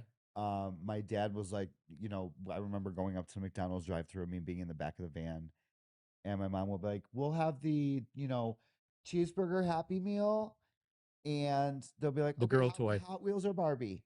And she would be That was like, my brother. "Barbie." That was my brother every time. She would say Barbie because my mom got us the Hot Wheels, got me whatever toy basically that I asked for. Yeah. She just didn't say, you can be a girl if you want.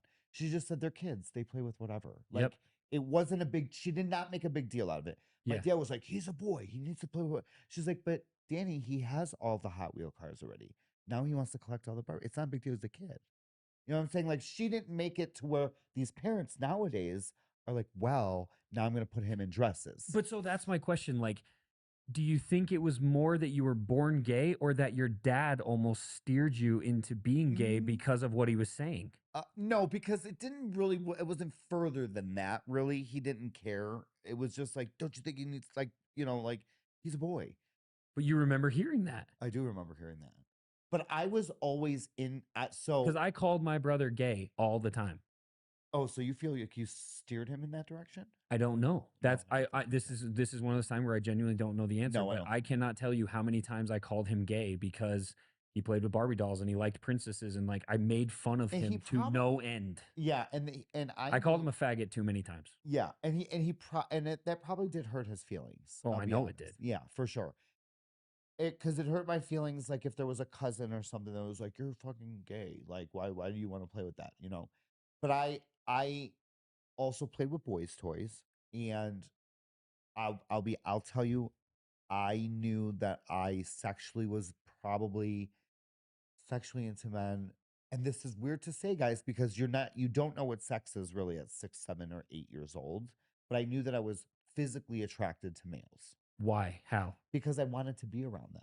Like if I had cousins that were like you or like older and they were like tossing us around or were playing outside or whatever, and I would automatically want to be with them. But you don't think that's just normal of like, because I wanted to be with the dudes all the time too. No, I really liked their smell and stuff.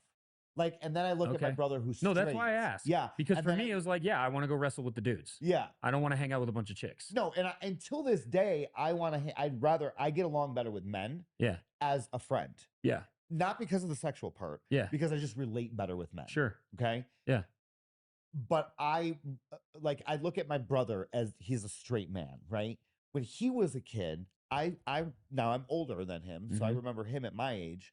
And if I had like my female friends, he was like a little kid and he's like, boobs. Like he was a kid that was like, he was into the girl. Yeah. Like he yeah. was like, You weren't. no, not like that. Not like Interesting. that. Interesting. And I thought that, bro. Like when I was like then sexually in like 14, 13, 14, 15, and you're like stealing your mom's fucking, Yeah. Magazines, like JCPenney magazines, whatever. It's so true. The JCPenney swimwear. Yeah. Oh, dude. Well, I The Sports Illustrated.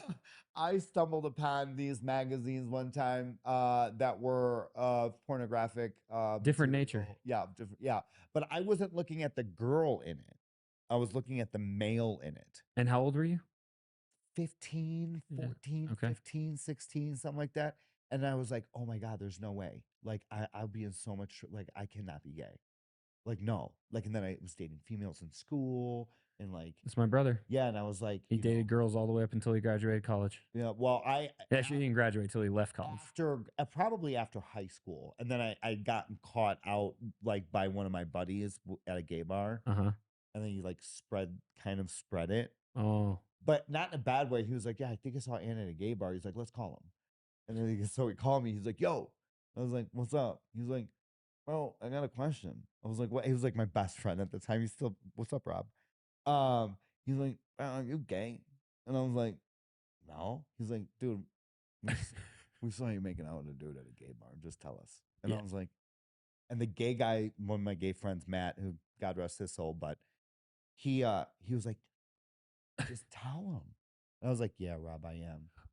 Do you feel like okay, so this is another thing, right? Because the other thing, it wasn't just the Barbies and stuff they gave off. My brother was also very feminine. Like he was also just a very feminine person. So again, when he came out, it was like, yeah, dude, we know. Yeah. Do you feel like it was the same way then with you? Yes. Okay. Yeah. But like when I was, so they were like, come on, man, like we know. Well, to go to Rob. Well, but I acted like a little bit more. I was like, yeah, dude. Like I acted a little bit. You tried to put it, yeah. Put on a front a little bit. Yeah. But yeah, they were like, bro, we already figured that. Why don't you just tell us? And I'm like, you figured? And I was like, how? They're like, you always dated the hottest girls. You always had the hottest girlfriends around you. You know what I'm saying? Like there were things. Like there were things. There were signs. Yeah. And I was like, oh, okay. I was like, well, I don't know where to go from here. Everybody I ever graduated with, they're like, we go nowhere from here. What are you talking about? Like, yeah, like you're gay. Who cares? Yeah. Nobody cared. So I never got this like gay bashing, like that everybody says that there's like people gay bash. I never saw that. Same here. Like I gay bashed my brother, but like, but it was like a ball bust. But it was just ball busting because we were brothers. Besides that, though, I never remember there ever being like, I had a friend that ended up being gay and it was like, okay, cool, dude. You're like, right. And back then it was like, all right, you're a fag. Who cares? Yeah. Exactly what some of my now I can just call you a fag even more. and you don't care. Yeah, no. And we're still friends. And it's like, whatever. I just never got along with like the super flamboyant guys. And then like when I got into that gay group of friends, they used to call me they're like, you're such a bad gay guy. And I was like, why? And because like guys would come up to me like, oh, and they like flip their wrists and stuff. And I'm like, relax. We all know you're gay, dude. You don't need to do all that. You know, it's like a lot of extra stuff going on. And that's why I was the bad gay friend because. Interesting. But you do believe then that you can be born gay? Yeah. and then there's a whole other phase of people's lives too. Yeah. I believe that as you grow as an adult, and this is why it's so important to not introduce sex to children. So that was my next question, Yeah. because it has to have some, because that's what I was trying to get at. This, in my mind, this has to be connected to the reason why you became more conservative and why you latched onto this whole protect the children idea. Yeah. It has to be based in this. It is. And that's why, to me, it's like so important to keep the innocence of children and have them figure it out on their own if they are born that way, or which yes, I believe you were born that way, but you don't need the extra influence, because look at all the things that I was like at 13. I was like, oh, fuck, I don't want to be gay. But you're thinking about it to yourself, and you have to figure that out yourself. You can't be influenced anymore. Anyways, as an adult, I think you go through another phase in your life at different adult ages. Like, I feel like maybe sometimes as an adult, you do end up experimenting in other ways of it's not our business though. I Yeah. feel like there's straight couples that might experience with things in the fetish world or whatever. Yeah. And that's fine. They don't have to put themselves into an LGBT, all the stuff, right? Mhm. They just do whatever they do and nobody knows about it. Yeah. And that's fine too. You can Yeah. do that, because then process of elimination as an adult. Yeah. I you mean, do dude, it's the age-old things. thing of like, I don't care what you do in the bedroom, just don't tell me and my kids about it. 100%. Like, I don't freaking Well, care. brother, I'm 40 years old. Yeah. If I'm sitting in the living room of my parents' house, Talking about that, no, thank you. 100% don't want to talk about this. No, But we wouldn't, no. because my dad is a very shy guy. I mean, I don't think I ever saw you. I don't think I ever saw my dad walk out of the shower ever.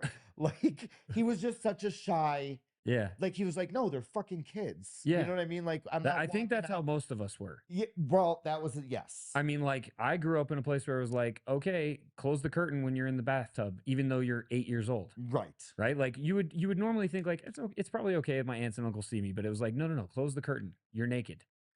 I used to like to run out of the bathtub naked, and then Of course you did. yeah. Sure did. I sure did. I'm talking about 7 years old. My mom's like, "Oh my God, he's running around naked again." But just like, go put underwear on. That's funny. But yeah, I think that as you grow as an individual, as an adult, you can experience things and experiment and and your sexual, what you might be into could change a little bit or whatever. But like, you experience that for yourself. That's whatever you want to do in your soul. I just think it's really, really weird when people want to talk about it with kids. Like, I don't. It's not weird. And I think you can groom It's kids. even more than weird. And by the way, it's grooming. Yes, It is. I think that you can be. I think you can be groomed to be a certain sexual orientation. So that was my next if it's question. early on. Okay. Yes. So so you believe you can be born gay, but you also believe that you can be groomed into being gay or being different. 100%. Yeah, I think I would agree with that. Yeah, 100%. That makes I can definitely see that. Yeah. And I think, again, I've always struggled with that question of like, was he born gay, or like, did the constant bashing and stuff kind of push him into this place where he felt like he was rejected, and he felt like he wasn't accepted, and he felt like he kind of just had to do that anyway. Yeah. And No, I don't think. and I kind of beat myself up over it, No, you because I really did. Like, I really did not. I was not the best big brother, and I think I probably also took a lot of my anger out on him. I was gonna say that. I think I did, and I remember this one time specifically. I wailed on him all the time, but I remember this one time specifically. It was the first time where I felt like, oh my gosh, I think I actually just hurt him. And I don't remember what was happening. We were fighting or something, and I punched him in the throat, and he dropped to his knees, and he was like choking, and I was like, oh my gosh.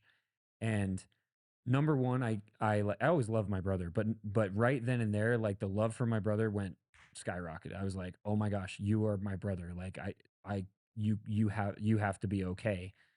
And that was also the time when that was like the last time I ever hit him, because I like realized, oh my gosh, I could have actually like really hurt him. Now, was it just horsing around? We were just fighting, messing around. Okay. We fought about everything. It wasn't like you were like beating him for no reason. I mean, I beat him for no reason all the time.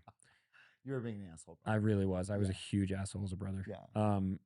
But And even to this day, we don't have the best relationship. It's not because he's gay. It's more because I have a hard time relating to him because of the other things about him. Right. The victim mentality, the very immature response, the zero response. He doesn't take any responsibility. He wants everything done for him. And honestly, it's because that's how he grew up. And he just kind of like kept that mindset his whole life. Yeah. And you can't jive with that. I get it. well, and it's not just that, it's also, the drugs and everything else. Like he's in a very, very rough spot, and there's not really anything you can do for him until he decides to do it for himself. Yeah. Nobody can help them. And it's the same with my mom. Yeah. Exactly. So it's sad. So it's like both of them kind of took that same path. Yeah. And it's hard too, because like, not including my grandma and my aunts and uncles and stuff, like it was me, my brother, and my mom. And now two of them are lost. Right. Well, and just to kind of cap it off, to go back to you saying, I hope that me picking on him didn't push him towards that way. I have a very personal story that nobody's heard before. Okay. And I used to have a buddy that used to kind of pick on me a little bit. Okay. But he used to hold me down and wrestle. Like we used to wrestle clothed, but we used to wrestle. Thank right? you for clarifying. And I would like, This wasn't after you ran out of the bathtub. no. We were both teenagers. Yeah, we were the yeah, same yeah, age. yeah. Yeah, he wasn't like older, like we are the same age. Yeah. And he would like, we would wrestle, and then I would like kind of lose all the time on purpose too, because like I kind of liked to be like Yeah. wrestled, right? Yeah. And like whatever. So he used to be like, dude, I swear you're freaking gay, dude. You're gay, like you love doing this shit. And I was like, no, I'm not. I'm like, I'm not. And he's like, and I was like, I'm not, Then one time, like, he was, I don't know, he was threw me, he was like at my friend, we're at my friend's house, he like threw me down and shit, and he had me down on the ground, and I was aroused, and it accidentally happened.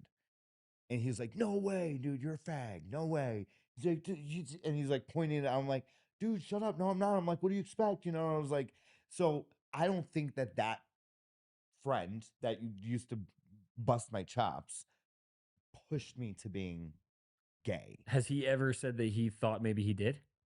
No. Okay. I wonder if that's what he thought or something. No.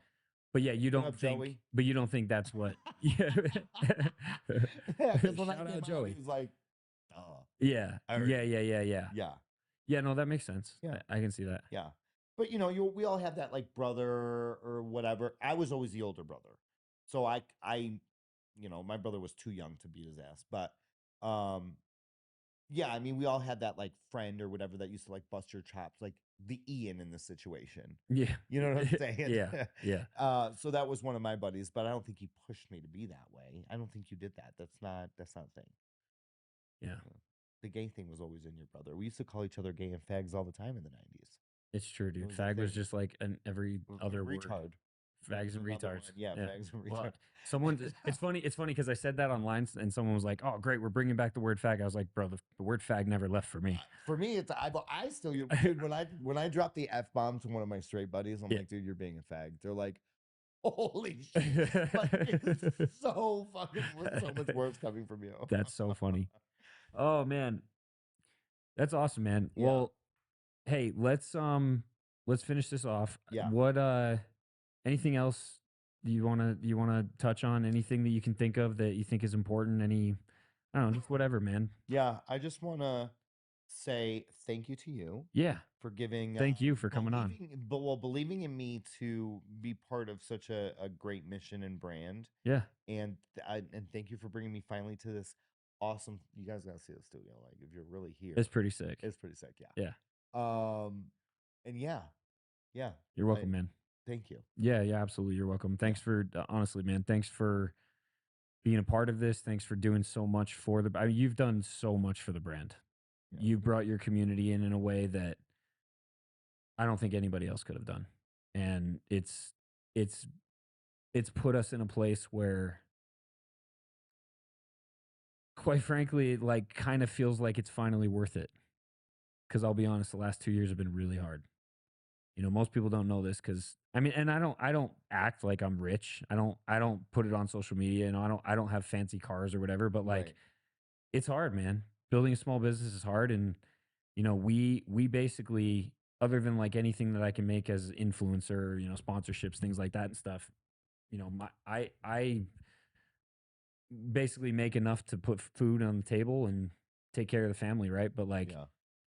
and even now, it's still the same way. I'm not trying to say it's like amazing now. We're still in the same boat, but like, we finally can see a little bit of a light at the end of the tunnel. Good. And that has a lot to do with your community and a lot to do with what you're building in West Palm or in Cape Coral. Cape Coral. Close. West Palm on the other side. Yeah. So Well, thank you.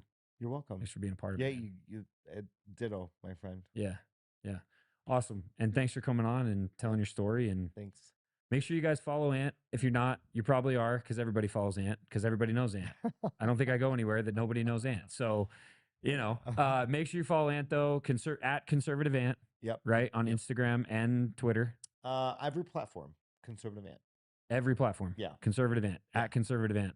Any other ways they can support you? Buy Patriot gear. Yeah. Come visit us at the Cape Coral store or go Buy to official Patriot. Yeah. Gear. Definitely go visit a store if you're in Florida. Come to any of the other stores. Yes. You know, buy some official Patriot gear. Help us support that mission. Everything you've heard us talk about, that's what this is about. Nonpartisan patriotism. Yeah. Just America first. Other than that, thank you, sir. Thank you.